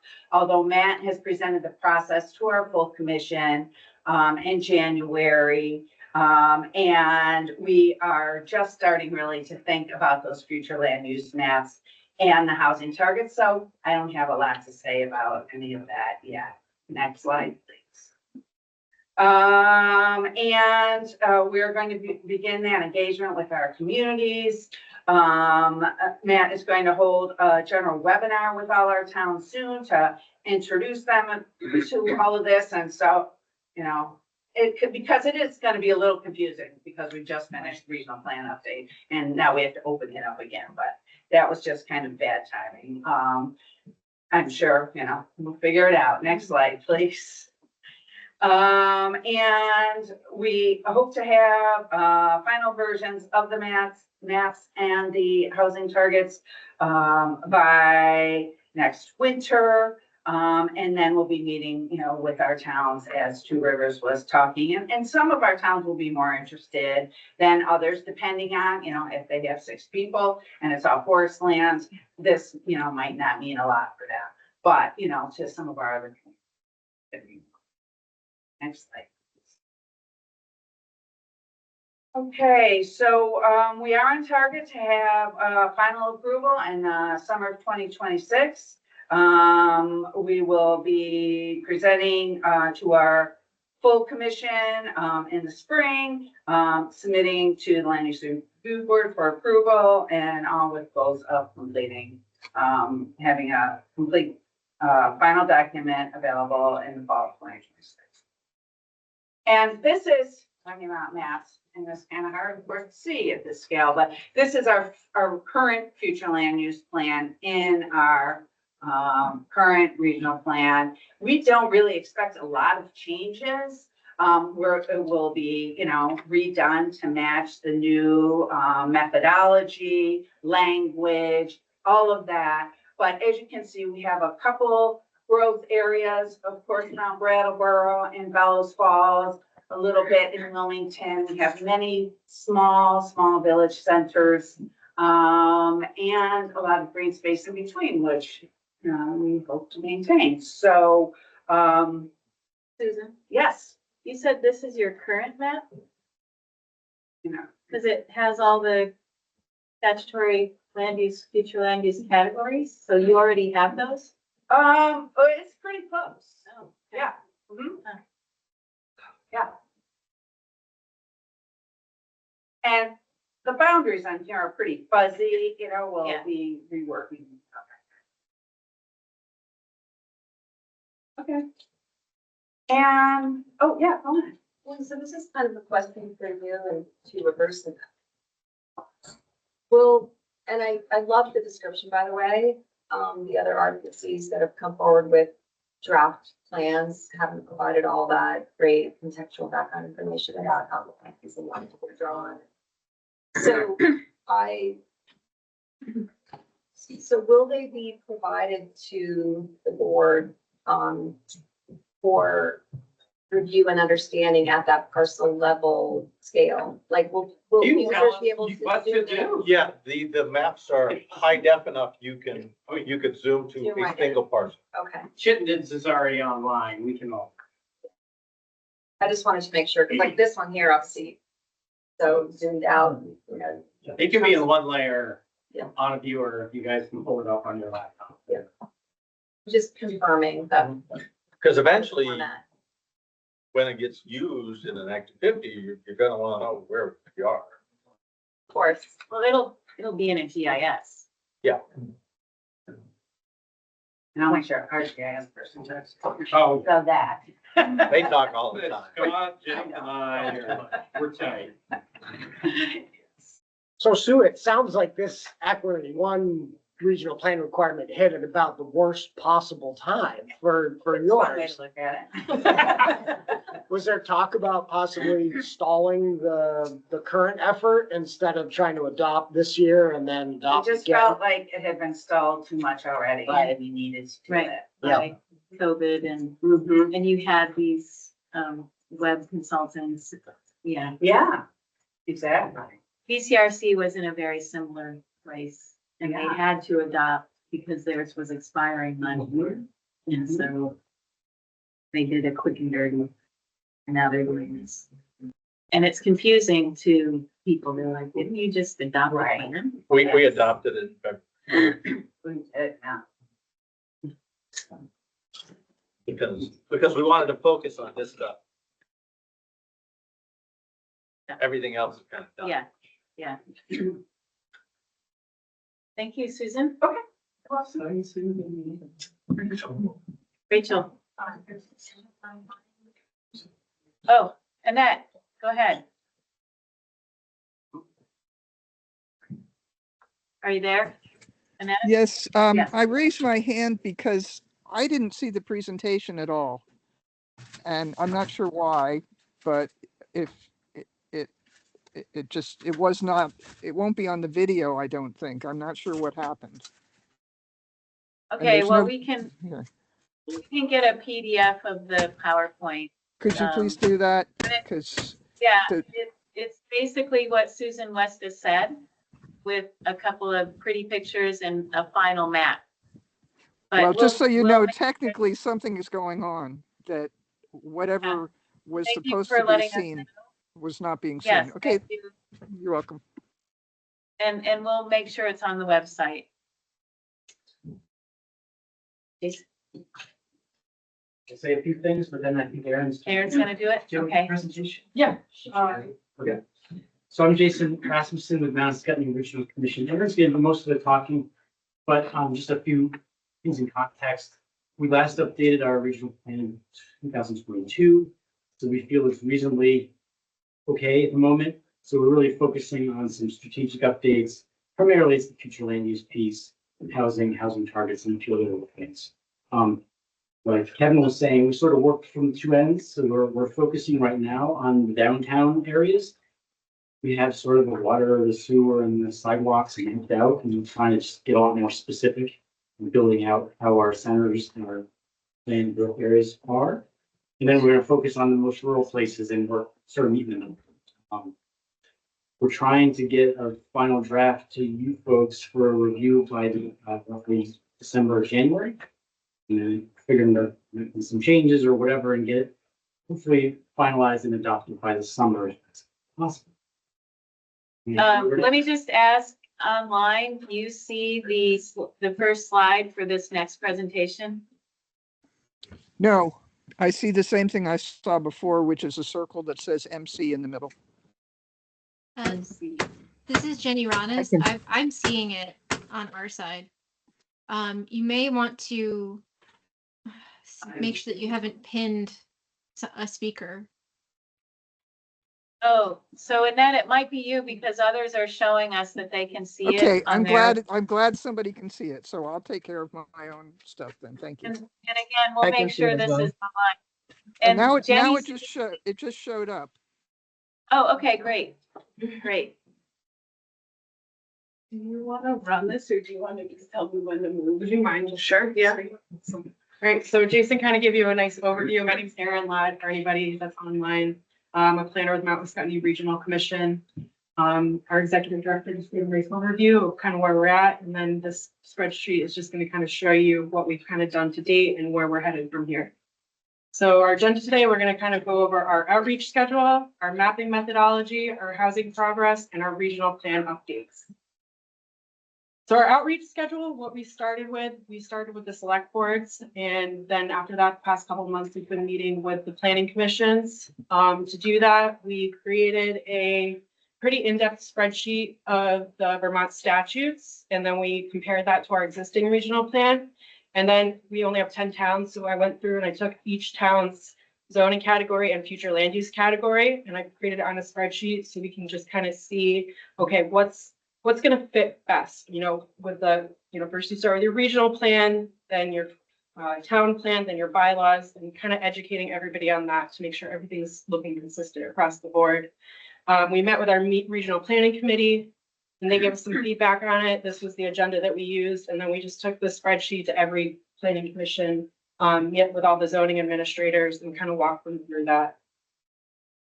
So this is our zoning administrator tracker. One of the great things, we've been having our bi-monthly Act 181 roundtable discussions with all the RPCs.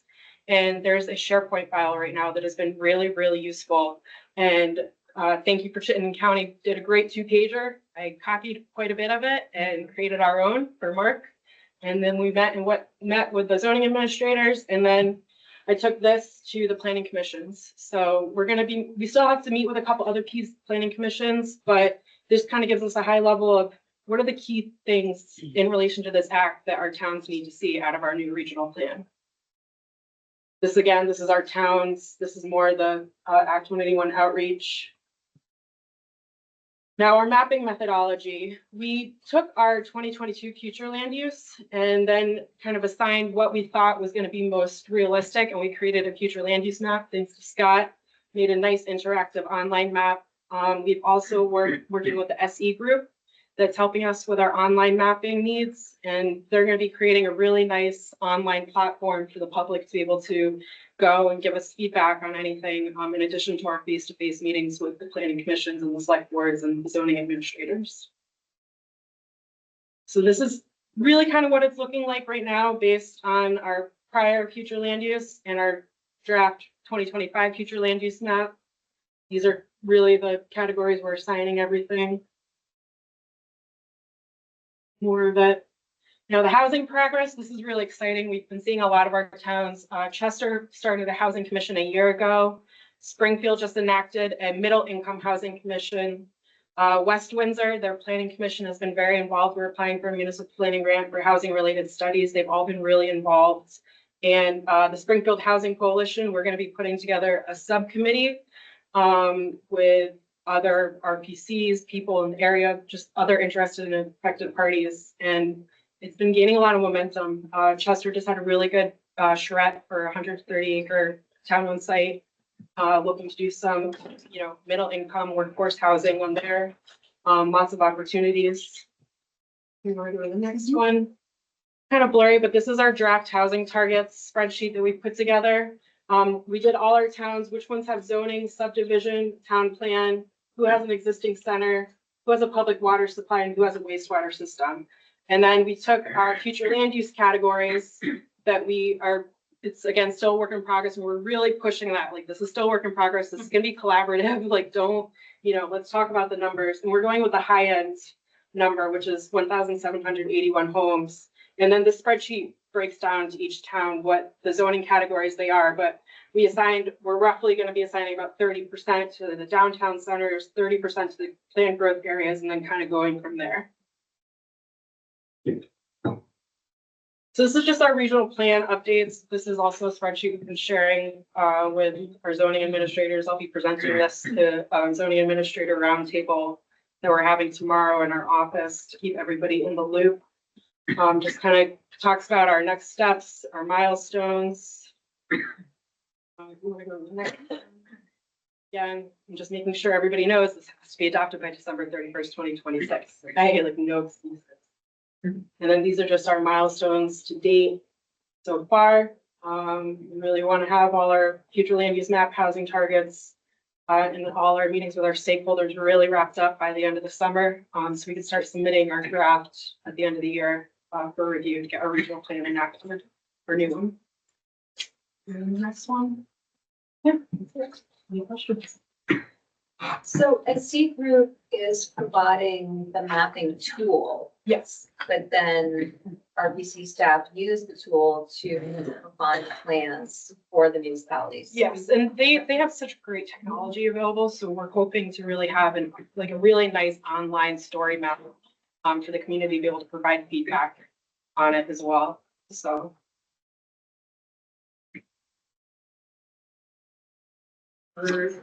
Questions or? I have a question just generally. I noticed it in one of your charts. Short-term rentals. Yes, that's a hot topic in the area right now. That's actually a great I think question. it's across Vermont. Yeah. Yeah. So, Chester just passed a short-term rental bylaw. We're talking to other towns about passing short-term rental bylaws.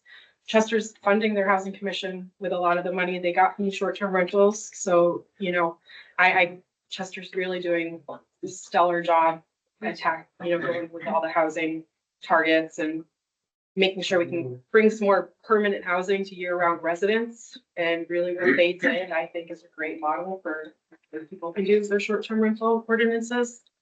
But it's definitely a discussion across the board with all our towns, considering we have chemo and whatnot. Yeah, I was gonna chime in and just say that when we talk about the housing targets, it's sort of the elephant in the room. We go to Ludlow, say, oh, you need X number of new houses, and then like, how do we make sure they're not gonna be short-term rentals? And so that's, it's a difficult conversation to have. So it's certainly, it's part of our conversation, especially in Ludlow, Because I asked a legislator who visited with us if there was any, state approach to this, and we were told, no, we're leaving it because it's, really the gold towns or, Right. the resort towns primarily. So, yeah. I mean, the options tax, the short-term rentals, that's like the hot. So different in ski areas versus along the lakes and, it's very different depending on the type of community. Right. Yeah, and Killington, even Woodstock Inn and the Killington Resort, they have taken it into their own hands and they're just buying stuff. Because they have to have housing. They're just buying old motels, buying single family houses, buying. Now, Sugar Bush, I think, was trying to work on with the town, when they redid their zoning. I think that they kind of bifurcated their zoning in a sense to try to specifically work with Sugar Bush about worker housing. This was at least a year or two ago. I was aware of that. Because you're right, they need to take it in their own hands. Yes, they are. They have to. It's an interesting question. Is that housing or is it It's commercial? workforce housing. You know. Yeah, I'm sorry, I'm skipping back to short-term rentals. Vermont Supreme Court said it was housing, so. That's, I mean, Ludlow, I'd say, I don't know, I'm just throwing the statistic out there, I'm pretty sure it's like 90% are housing units there, are second homeowners or short-term rentals, and as somebody who's been up there, I've seen what short-term rentals have done, so, we'll see. It's gonna be a work in progress. But I will also say it was a legal use. People have invested money in it. Right. And so there are two sides to this coin for sure. How many sides are there to the RPC perspective on how the housing targets were regionalized? How'd that turn out, Peter? Jason, what? Everybody happy with where that landed? Not sure it's landed yet. I don't know. I think we're all just working on it, trying to make sense of it. And, I know in our office, we're thinking long and hard about, Cavendish, for example, they don't have zoning, they don't have subdivision. They have water, they have wastewater systems, but there's limited capacity. So, what's the number that makes sense to, right? So that's why Aaron's got this big old spreadsheet. We're not there yet. I think we want to refine this based on what our future land use mapping ultimately looks like, so we can really make sure that it makes sense. That if we give, 100 or whatever the number is for Cavendish, that they have capacity. That the mapping makes sense. Yeah, I was That's thinking a straight face test. Speaking less of what you have charge of in terms of municipalizing and more of what was given to you and how that was broken up between the. We're not gonna complain or tell them to redo it. 36, That's an answer. 3640 is compared to the housing need is a drastic underestimate. I'll say it from my perspective, though, that, Kevin and I and our others across the river did this East Valley initiative a couple of years ago. We estimated the total number of housing that we needed. And for us in our region, that number is right smack dab in the middle of the low and high range that the state gave us this time around for the housing target. Yep. So as far as I'm concerned, 1,700 works for Mount Scottney area. Yep. How is it in the field in terms of the tier ones? Because that's something that there is some discussion, I think, in the legislature this year about the opt-in versus opt-out. That's something that towns are going to have to opt in. They're going to have to ask to be a tier 1A or a tier 1B. As you're working with some of the towns, are they excited about this opportunity? Taking a wait and see?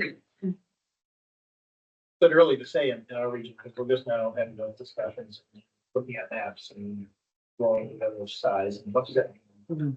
How would that change the character of the communities? They haven't yet decided. I think in our region, we only have one town that probably is gonna be eligible for 1A.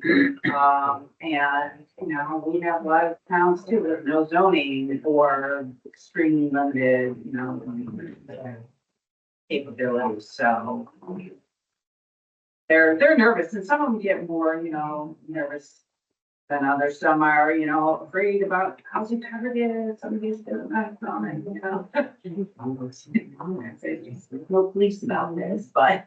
Susan, are you finding that some are afraid of the tier 3 question? Like everything's gonna be tier 3 and you're not gonna be able to do anything? There's probably that. We haven't, you know, since we haven't been talking to them specifically. You've heard this? Yeah. We have people worried about tier 3. We are very clear. We are not making tier 3 maps. You guys. Yeah. We'll tell them, Alex. Yeah. Yeah, Tell them but I'm the bad guy. And- tell them to call Alex. Well, and we tell them, and that process hasn't really started yet, and it's gonna take a while, and we don't even know what it's gonna be. And when they do that process, there'll be input. And now tell them that it's starting very soon, as Right. you heard from Alex earlier, if you were here Yeah. earlier. So, You know, I think a lot of the messaging and narrative coming from the administration has kind of whipped up hysteria and gotten people fearful, and that certainly has helped. But I understand why they're doing that, because they oppose the bill. But, you know, we're just going in there and doing our regional mapping, which we've done for 50 years. And as Sue said, her map's not changing much, ours really isn't either. But there'll be a stakeholder process starting very soon. And we'll make sure you all know about it and participate and come with constructive thoughts, you know, not the chaos that you can hear. And just so you know, Alex and Billy Costa presented last week in Rutland, and then we had another meeting on Thursday, and we talked about tier 3.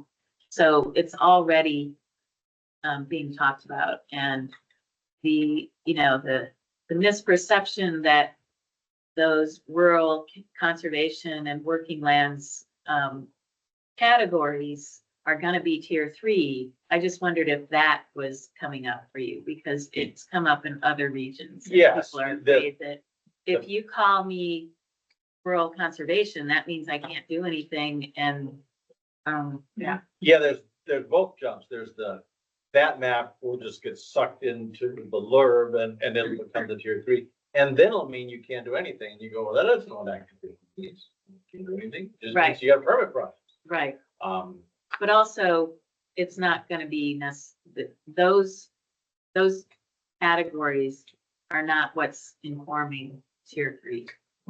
So. Yeah, so I'm kind of curious too, the assignment of the housing targets within all of our agencies. I think I heard you say Two Rivers is doing it weighted by population and tweaked. But then Erin, I think, if I understood her, said it was like some 30% here and there allocated to like village center designations or designated areas, which is not by population. I'm just wondering, are you getting feedback from towns on that component of this, like deciding those housing targets by town? Like, is that generating a lot of conversation with towns who maybe want more or less, or none? Or in some towns, and they say, we don't want any problem. well, I think from our point of view, the issue you point out is, there's always been a planning goal that the town will provide affordable housing to meet the needs.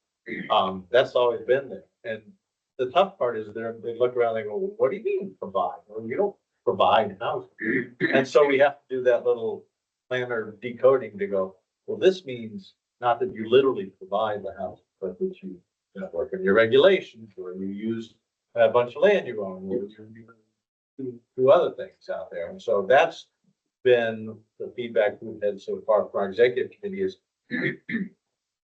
take that and talk about the levers towns actually have. And ours isn't really ready for prime time yet, so we're just kicking around internally still at this point, so stay tuned. Thank you.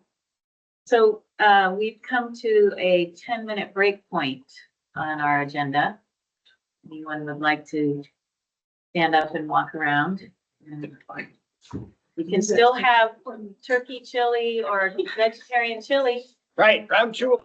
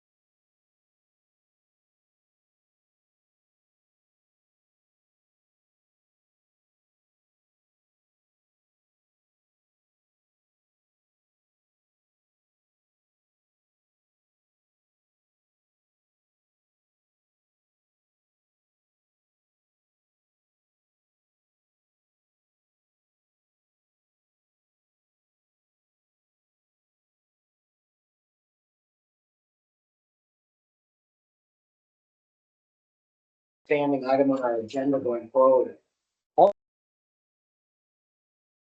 Every meeting, we talk about at least one. Okay, all right, we are, Dispelling myths Back. like David Letterman's top 10 countdown. okay, we are coming back from a break. We are gonna wait for 2 board members to get seated. They are almost to the board tables up here.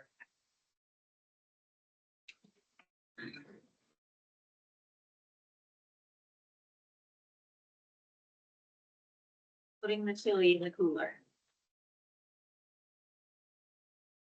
Okay, so we're all back.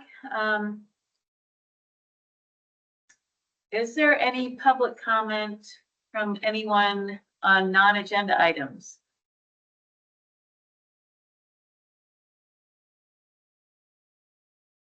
Room has cleared out here. Anybody online? Can't see who everybody is from here. Not seeing any hands. Okay. Then we will move right along to studies and reports, process and updates.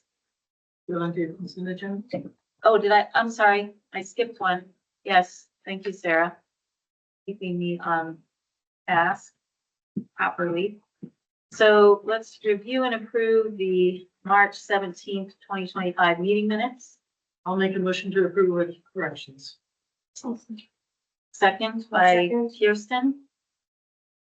All right, we have corrections? So I think it was interesting. I think you had spell check Chris Campany to Chris Company. He is good company, but he's a Campany. Oh, that was the computer. I said spell check. Correct. Yep. I thought I fixed it. Oh, correct. Then I had just a question for you, Brooke, in terms of, you noted like times that people have talked, but you didn't have some specifics behind it. I can give you some time stamps, and I don't know if those are like place fillers to go back to.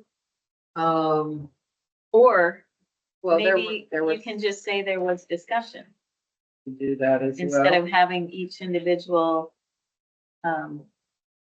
Well, it could happen a number of ways. My preference would be if it's less about us, it's more about if we're receiving feedback from people at a meeting and, I'd like to at least have a sentence of what they said. That just encapsulates, like, this person suggested blah, not the introductions. We went through a whole bunch of introductions. I don't need any detail there, but when there were substantive comments. Like the 212 mark? where- Yeah, you have a list of people from 212 on that I think said substantive things, but the minutes don't reflect anything more than their name. Would there be a way to just put a, like, If someone else wants to volunteer, sure, there's a way. I'm sorry. Yeah. You have no idea how I do. long these minutes Right. take, and I think I was trying to give some indication. There's a person and there's a time, if you want to listen to what they said. Yeah. You know, many of these are 30 seconds or a minute or. Yeah, yeah, I just It's noticed too that much. Tracy Porter, her Well, issue got a reasonable, a couple sentences so you could tell what she was talking about, but everybody else was just the name. yeah, but that was, more of the introductory and general discussion. I felt like, she had a very specific issue. So, and it was public comment. I was trying to do my best to convey.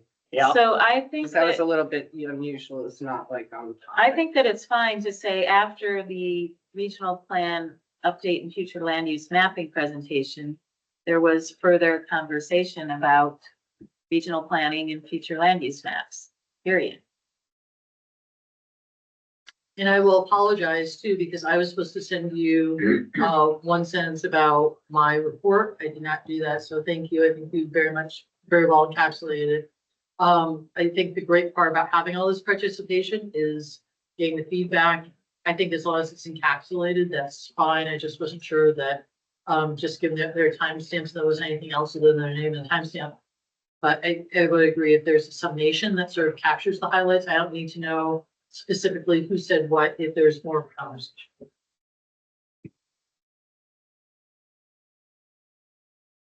You have an opinion, Kristen? I'm okay with the more summary approach. I I'm fine with it as drafted. I think it's just a little confusing as drafted, so I would mind taking out all of those attributes and just say from, you know, a 5-minute discussion ensued. Yep. See, one of the problems was that when you go to the video and everybody here is Maddie. Okay, like Right. if you go look at a transcript. Right. So that's why I mean, I was listening to the tape. I was like, let me at least put the time. There were so many of them. It was like, it would have taken me like an hour to figure out, oh, let me write a sentence for, you know, the 3 sentences I said. Okay. So, I mean, if you guys have something specific that you want me to insert, by all means. Well, just as a quick comment, I had sent you something, what's in the draft minutes, doesn't exactly match it. I'm fine with it. Okay. So the section in the introductory, sharing the information, that's okay to just indicate this discussion, take out the speakers and the individuals introducing. Just say that after the presentations of 5-minute public discussions or something like that. Is that okay? So I'm fine amending my motion to include that change. Okay. But that is the change. You don't have to amend your motion. Oh, You said as corrected. Yes. Here's the correction. Yeah. Okay, fantastic. I will amend my second. Okay. It's spelled Campany right there. It was up at the top. Oh, I guess not that. I knew I switched it. I think it's not coming. it's the I. Blame it Yeah, on the I AI. don't think you should be spending hours listening to the tape. And so what I've done, for example, today is I already set up the minutes ahead of time. And so as we've been going, I've been putting the times in, and trying to put one sentence in at the top. Yeah. If we come into the meeting with the minutes already organized like that, it's much, much easier. Mhm. So it's taken me a month to figure it out. We all appreciate your efforts. right, My only absolutely. point is that today, for example, we heard, as you, I think, mentioned, or maybe Jana, you mentioned, I think for the third time, somebody saying Act 250 is a PR problem. We ought to work on that. I would like that in the minutes somewhere, so that there's some reflection of the fact that, whoa, we've heard this again and again, that district commissioners feel like Act 250 is either, that's all I'm trying to get to. All right, and so if you remember who the speaker was that said I that, can- because I can part of send my you- problem is I don't Know know the everybody yet. humans Right, here. right. And so you were like, Susan, and I'm like, okay, Who's it's Susan? Susan West. Flagg. Yeah, yeah. So how about for this meeting? Sorry, we're still on the motion from the last meeting, but for this meeting, I'll send you some notes, because I took some notes. That'd on be who awesome. said what in that segment. Yeah, that's it, and I think that's a good practice, if you guys are like, hey, at the meeting, so-and-so So-and-so said said this, this. get it in the minutes, Yeah. that would be really. Yeah, okay. Yeah, that's better than going back to the tape. I know, because I had to do that for 4 boards. And it And I- can take days. And it's interesting watching yourself, I'll just leave it at that. Oh, I hate listening to I myself, so know. thank you for doing that. Yeah, Chris Company at 120 was the mark where it was within all those supposed to be. Gotcha. so we have, a correction, so to speak, or a revision, I would say, not a correction. Right. And you got it. Got it. Okay, any more discussion?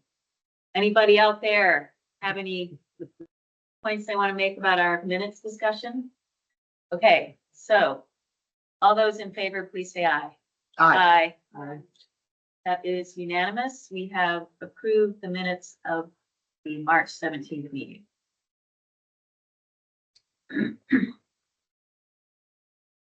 Right now, studies and reports, process and updates.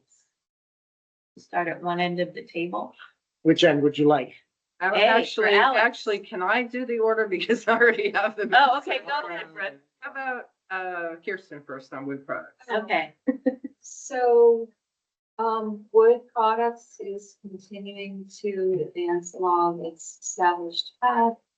And we have some dates for the, sort of, I'll call them the precursor meetings with a subset of stakeholders called mostly from the implementation steering committee of FPR. And I have given, Rachel Monaco, a preliminary timeline of meeting dates, et cetera. And we're in a conversation about, figuring out what staff support will be with them. The other thing I'll mention is that I'm close to having a list of not just the entities, but the confirmed names of stakeholders to present to the board, and I'm hoping to have that for Thursday's meeting. Okay, so I'll plan to circulate that in advance. Great. Who's I'm- next? I'm next. Oh, Appeals okay. study update. I already talked about that. So the only thing I will say is I have gotten my timeline to Rachel, and Alex is beginning to put it into the spreadsheet. We have 4 stakeholder meetings, first 3 weeks of May.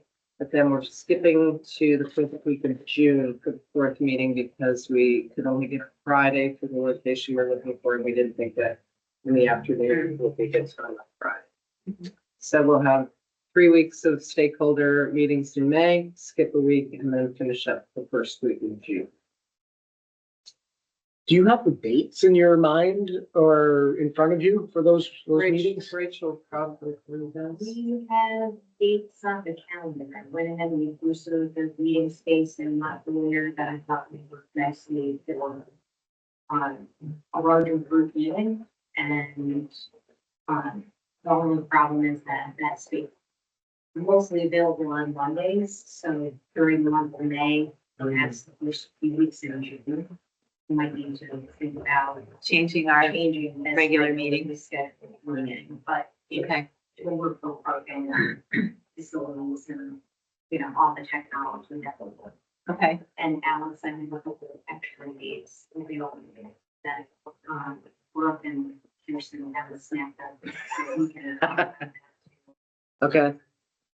And I don't know if people can hear Rachel, but we were just talking about scheduling stakeholder meetings in May and June. And we may be changing our regular meetings in May because the facility that we want to use for the stakeholder meetings is mostly available on Mondays. So we might change our Monday meetings in May, and we'll talk about that perhaps on Thursday. And then we got tier 1 next. So, Tier 1A or B? I'm sorry, 1A. Thursday, we're going to discuss this as a board. I have a memo, that's going to be in your packet, so please do read it. It's 5 or 6 pages. That sort of, gives some background and hopefully for discussion in terms of directions to go in. And then we got road rule. We're in a, status quo position. And Kirsten sort of gave an overview. So Then we got tier 2. we talked about that a little bit earlier. I don't think there's anything Status to add. quo. Status quo. Yeah. Okay. And then I guess we don't have regional. We probably Yeah. talked about that too. That's me. So, we're working on the application intake process. One of the things that I noted in reviewing the statutes a little bit more is that the regional plan approval process or the regional plan application to us can come with tier 1B requests, or they can be separate. So, and I can imagine very easily that a regional plan will be adopted, and we will make the initial, if it came with 1B requests, we will make those initial determinations on that. And then, within a year or two, a town will want to opt in, and that individual request might come to us separately. So we need to look at that as a separate review from the regional plan, and also because the tier 1B determinations have 6 statutory criteria that are associated with, you know, determining whether a town or a village that wants to opt in meets those 6 criteria. So, so they are a little bit separate and will need separate swim lanes. So, and I'll add, because, well, I don't know if it's in the order there, Brooke, but, community engagement. Yeah, I didn't have that as a separate one. Go ahead. Okay, so, Sarah and I have been throwing some resources into a folder, at least I've been throwing them into the folder now. I don't know if I told you where the folder was. No. It's under board working, Jay Hurley, community engagement. And so I'm starting to throw some things in there, and particularly for Brooke and Kirsten, who haven't worked as planners for the last couple of decades, you know, there's gonna be some material in there that will be helpful to sort of get your foundation. So that's it. Okay.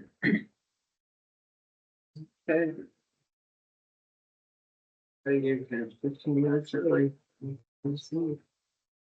No, what about Alex? You forgot about. Oh, I forgot about- I'm swearing on my, that's because you were separate last time. Oh, Right. that's why. Yeah, using last time's template, so Sorry. it's okay. I actually don't have a whole lot of new to report since we just talked about it in some depth last Thursday. And what are you talking about? So tier 3 rulemaking is largely status quo from last Thursday, with the exception of clearly my ambition to start stakeholder engagement in early April was a little too optimistic. So that'll have to push a little further. And also, I've been reaching out last Friday to a couple of different folks about trying to find the right environmental justice person, knowledge base to add to the stakeholder group. So I reached out to Carla, of course, and she was at our meeting, and reached out to the Chittenden County Regional Planning Commission because I know they've been doing a lot of work in that sphere. And yeah, just happy to take suggestions right now. Carla works with Kim and, I'm blanking. Kim, and she works with 2 staff Juliet. at A&R. Juliet, thank you, Jenny. That, you know, if you can't reach Carla, you can try one of them and I can share their contact information. Oh, I know where to find it on Okay. on the site. Yeah, Okay. I just figured I'd reach out to Carla first since she was at the meeting and all of that jazz. Okay, So anyways, that's the only update is that I am trying to add a couple more formal stakeholder members, that being one of them. And yeah, You might check with Billy because he assigned somebody for me to deal with specifically on the ombuds person. okay, Because he said that Carla is just Too busy. out straight, yeah, that's a good suggestion. was it Thanks. Juliet or Kim? No. Okay. Just, So that's it for tier 3. Still hoping to get stakeholder meetings started in April, but later in April, and I'll work with staff on locations and that. And as far as forest block rulemaking, haven't started that yet. I'm trying to get tier 3 stakeholders fixed and started. And then I actually anticipate talking to them about forest blocks a little at the same time in order to seed that effort. But since there's a 6-month tail or longer tail on the forest block criterion, I figure we can put that off until summer. Close enough.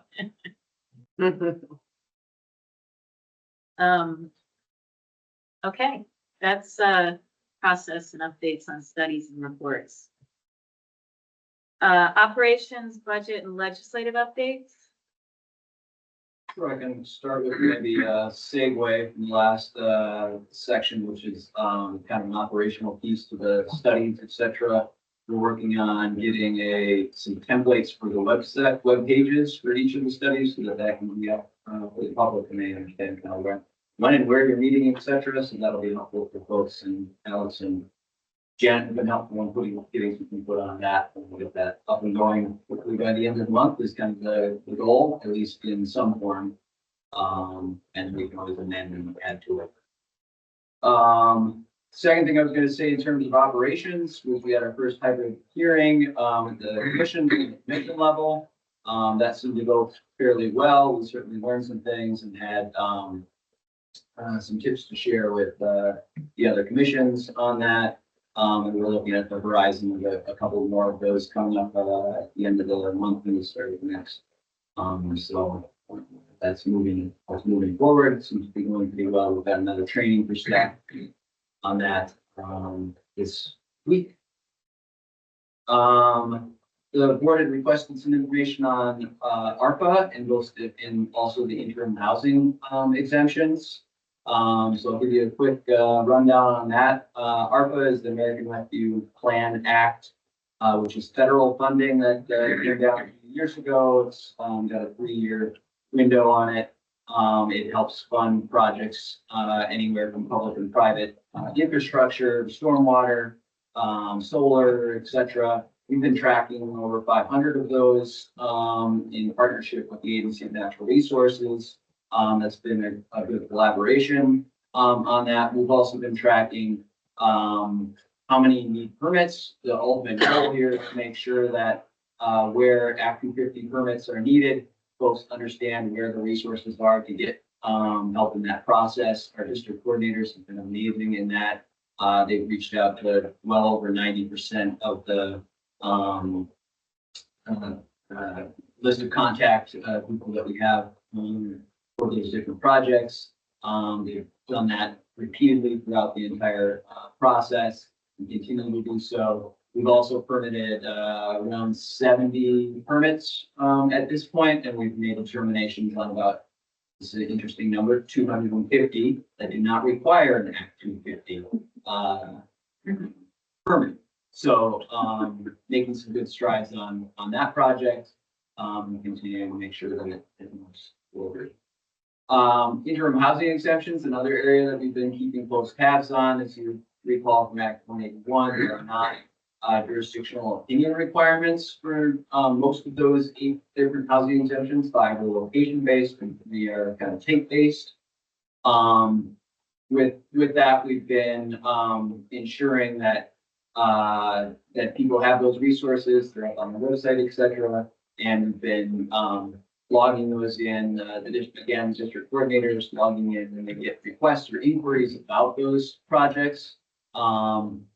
We've fielded somewhere in the range of 50 plus inquiries. Not all of those resulted in jurisdictional opinions, and not all of those will result in actual housing being built. But if they were to, the ones that we found to be exempt are about 1,600 or so housing units related to those interim housing exemptions.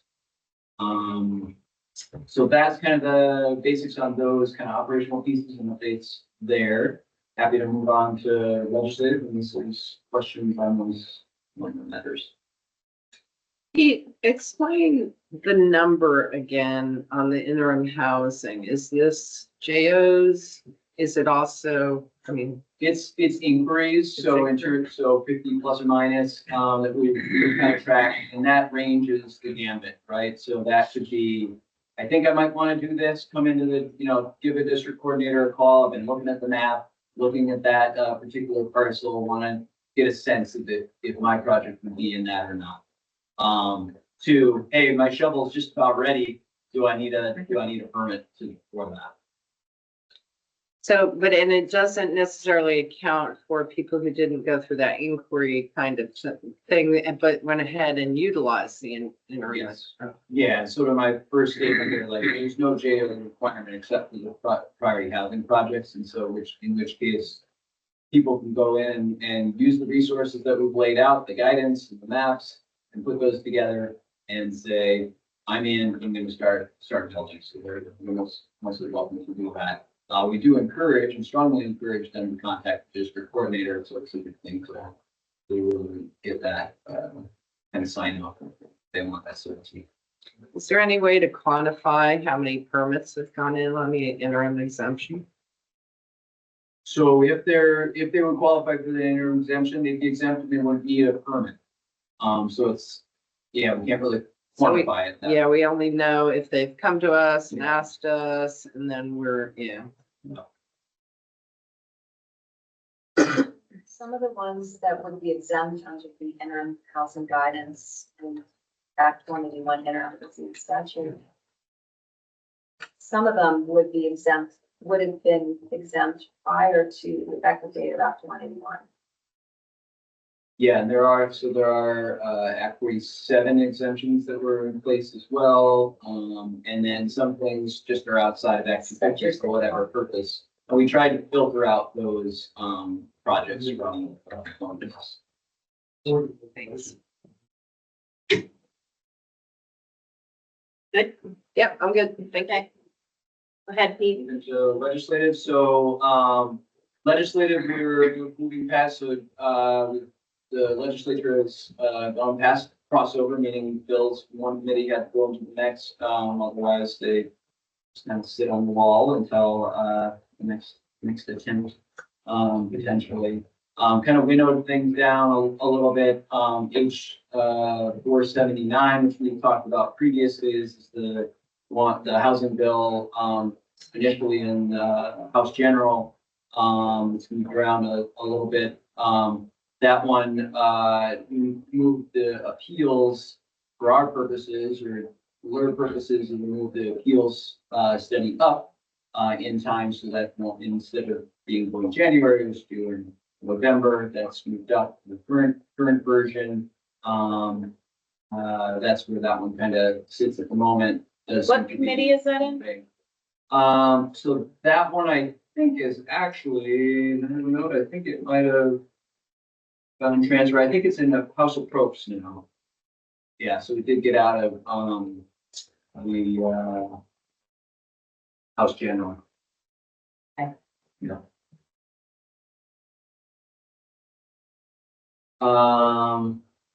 Let's see, there's another one that's related in House IG that talks about Tier 1A and Tier 1B. I will just kind of note right now there's a strong opinion or reticence at the State House to be supporting any of those bills that have changes to Act 181. I think. But that said, we're still kind of monitoring and how those bills may shake out. The long run, this is going to be introduced into other sections or not. Other one, moving on to the Senate side, there's S59. That's the open meeting law bill. That one has passed out of the Senate side. We'll go to the House. It does not have anything that's directly related to the word actions or our commissions, really, in it right now, but that could change as that bill moves forward in the process. Good question? Sorry, I thought I heard something. Just a comment that, and now that it's out of the Senate and the House has to take it up, this is an opportunity for us to engage with wherever it lands in the House to make the case one more time, right? So we just need to be ready to do that. Specifically by make the case, I mean, Yep. talk to them about the need for this board to have some level of exemption from the open meeting law so that we can actually work collaboratively outside of these public meetings more effectively. So there is another bill that, well, it's not a bill. The language that we proposed is out there. Yeah. And it's not part of the open meeting law statute. It's an Act 181 specific language that says that we can meet deliberatively and not make any decisions, but at least, have some meetings of each other where we're working together. And then reserve all our decision-making and whatnot for an open meeting. So that's also out there getting kicked around for language and, one problem with that is that there is this reticence to open up Act 181 at all. And so it might not, if Act 181 isn't opened up at all, if that's the prevailing thought, then that won't go anywhere. But So- it is being opened up in H 479, at least for changing the due date on the appeal study. So Right. it's not we've like that egg also hasn't been talked- cracked. We've also talked about that with the chair of House General and suggested that that we don't need that to be changed in statute. We're already agreeing that Right. we're going to try to provide it to you by November, whatever. So, so that doesn't happen. We don't, open Act 181 at all. right. All the more reason to potentially try to cob on to S59, Yeah, something that we addresses our won't get concern. anywhere with copping on to S59. Well, Well, maybe now we that will it's now out of that the it's Senate, out. Yeah, I think Yeah. that it's out of the Senate, Yeah, it is a so- possibility now, because I think it was the Senate sponsor, right? that Yes. was very, yeah, not not interested. supportive. Well, Yeah, it's out of the Senate's hands That's now, true. so. that's true. So did you say where it was? So it's to the House side now. I'm not But you sure don't know where, where. yeah, I would guess it's, We can look it up. operations. Yeah. Yeah. But maybe we can share that language that we had sent to, I can't remember. Where Yeah, we we- sent it. Would we send it to House Environment? We send it to, number. No, it was Senate And Senate, yeah, Natural Resources. So they have that language in a back pocket. Okay, let's put it in our front In case pocket it- for them. Yeah, And one other thing to add in terms of the 181 opening that up, there has been at least one opinion from the, speaker of that name, in terms of, the germaneness of that, something else being added in to that, appeals study language. I think we've still made the ask that, that be removed, and we will be in proper, in communication with them in terms of, the appeal study and getting it with the understanding that we're aiming for, November. But, at any rate, there's at least some argument that other changes to Act 181 are not germane to that. Gotcha. Let's see, the only other thing, legislative kind of blends into the budget side of things. We've been working on that and monitoring, still trying to understand exactly where they are in their process, given what they've got online right now, but apparently they're meeting, today, possible vote. This was also on possible vote on Friday. It didn't happen. And there's not a single document, at least that I've seen, with all the various appropriations. So in one sense, it's a matter of letting that dust settle a little bit and seeing where it lands. But they do have our language, up front and center in terms of what our requests were for, the positions and our digital infrastructure. Again, we do have the letter from our, committee of jurisdiction, which is very helpful and, seemed to be persuasive. We've had a follow-up conversation with, appropriation service on as well. We also have been laying groundwork on the Senate side, for those, asks as well, those appropriation asks. One other thing to mention is on the Budget Adjustment Act, there was a veto you probably heard about, on that.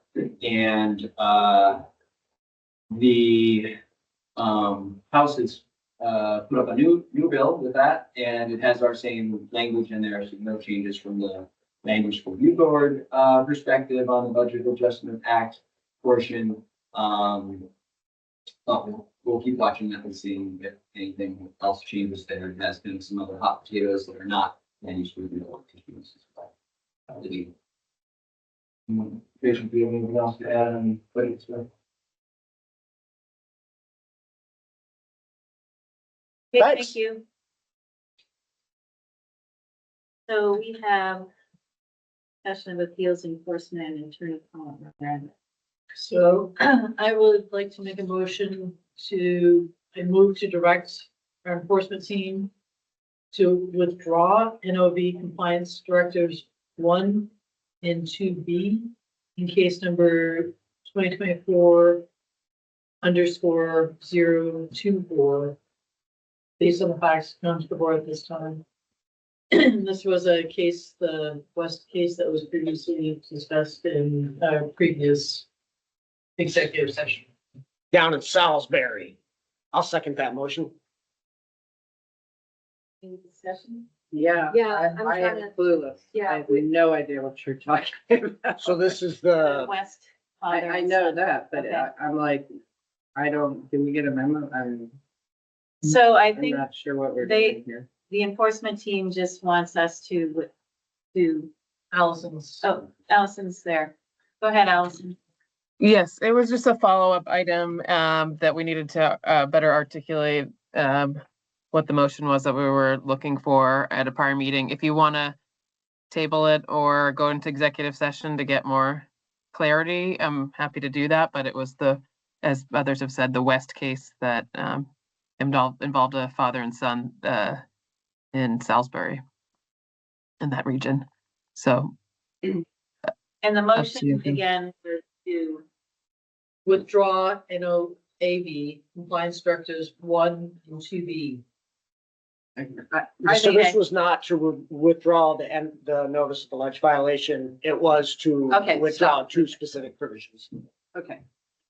This is not enough information for me to vote on. I don't know what we're talking about. I mean, okay, I understand there's a case. I have some general understanding. I don't understand what it is that we're doing. When you say item number, this and that. So I would like to get into executive session to make sure that I understand. Before we vote. Yeah, Yeah. yeah, if you could. okay, Can I rescind the motion then, or table it? Yeah, you don't know. Yeah. or table it. Okay, I'll second the motion to go into executive session. did you make a motion? Sure, I'll to make a executive motion. session? to Okay. Interpreted that was. All right, hang on, slow down. So I will make a motion that we go into executive session, to discuss enforcement, matters with our attorney for attorney-client privilege communications, the premature public knowledge of which would prejudice the board. And we're making that fine. Thank you. I'll second the motion. Any discussion? No. All those in favor, please say aye. Aye. Aye. Aye. Okay, that is a unanimous decision to go into executive session. We will return to this room in a little bit.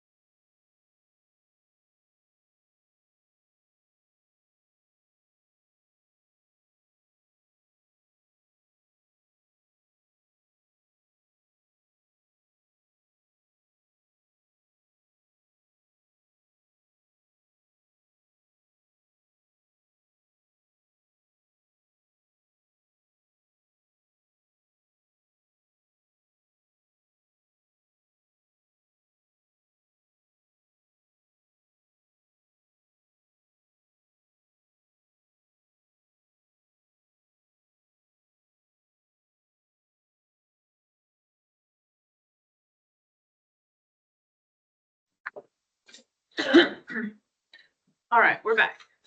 All right, we have a motion and I would ask that you repeat the motion, Sarah. I move to direct the enforcement team to withdraw NOAB compliance directives 1 and 2B in case number 2024_024 based upon the facts known to the board at this time. And you're still good with the second? Yes, I had seconded that. That's Okay, not any changing. further discussion? So the way the motion was worded, it says, it was worded that we're moving to withdraw an NOAB. We're moving to withdraw some select components of an NOAB. Correct. Which are compliance directive 1 and 2B. Yeah. And I support the removal of those two components of this particular NOAB. So make that very Yeah, clear. thank you Good for clarification. We clarifying. are not withdrawing the NOAV or directing enforcement staff to withdraw the entire NOAV, just those two directives within it. Correct. I also support it with that in mind. So have we modified to say we're amending the NOAV to do that very thing? Is that? We're withdrawing the directives 1 and 2. So can you read it again, please? We're going to direct the enforcement team to withdraw these specific NOAB compliance directives 1 and 2B for case number 2024-024 based upon facts known to the board. And you have that? Okay. And I think we're ready to vote. All those in favor of this motion, please say aye. Aye. That is 5. That is unanimous. Motion passes. With a motion to adjourn. Okay, thank you. Anybody want to second that? Second. Okay. I don't know that we need to discuss it. Shall we vote? Aye. Aye. Aye. Aye. Aye. That's 5 ayes. We are adjourned. Thank you for participating in today's meeting.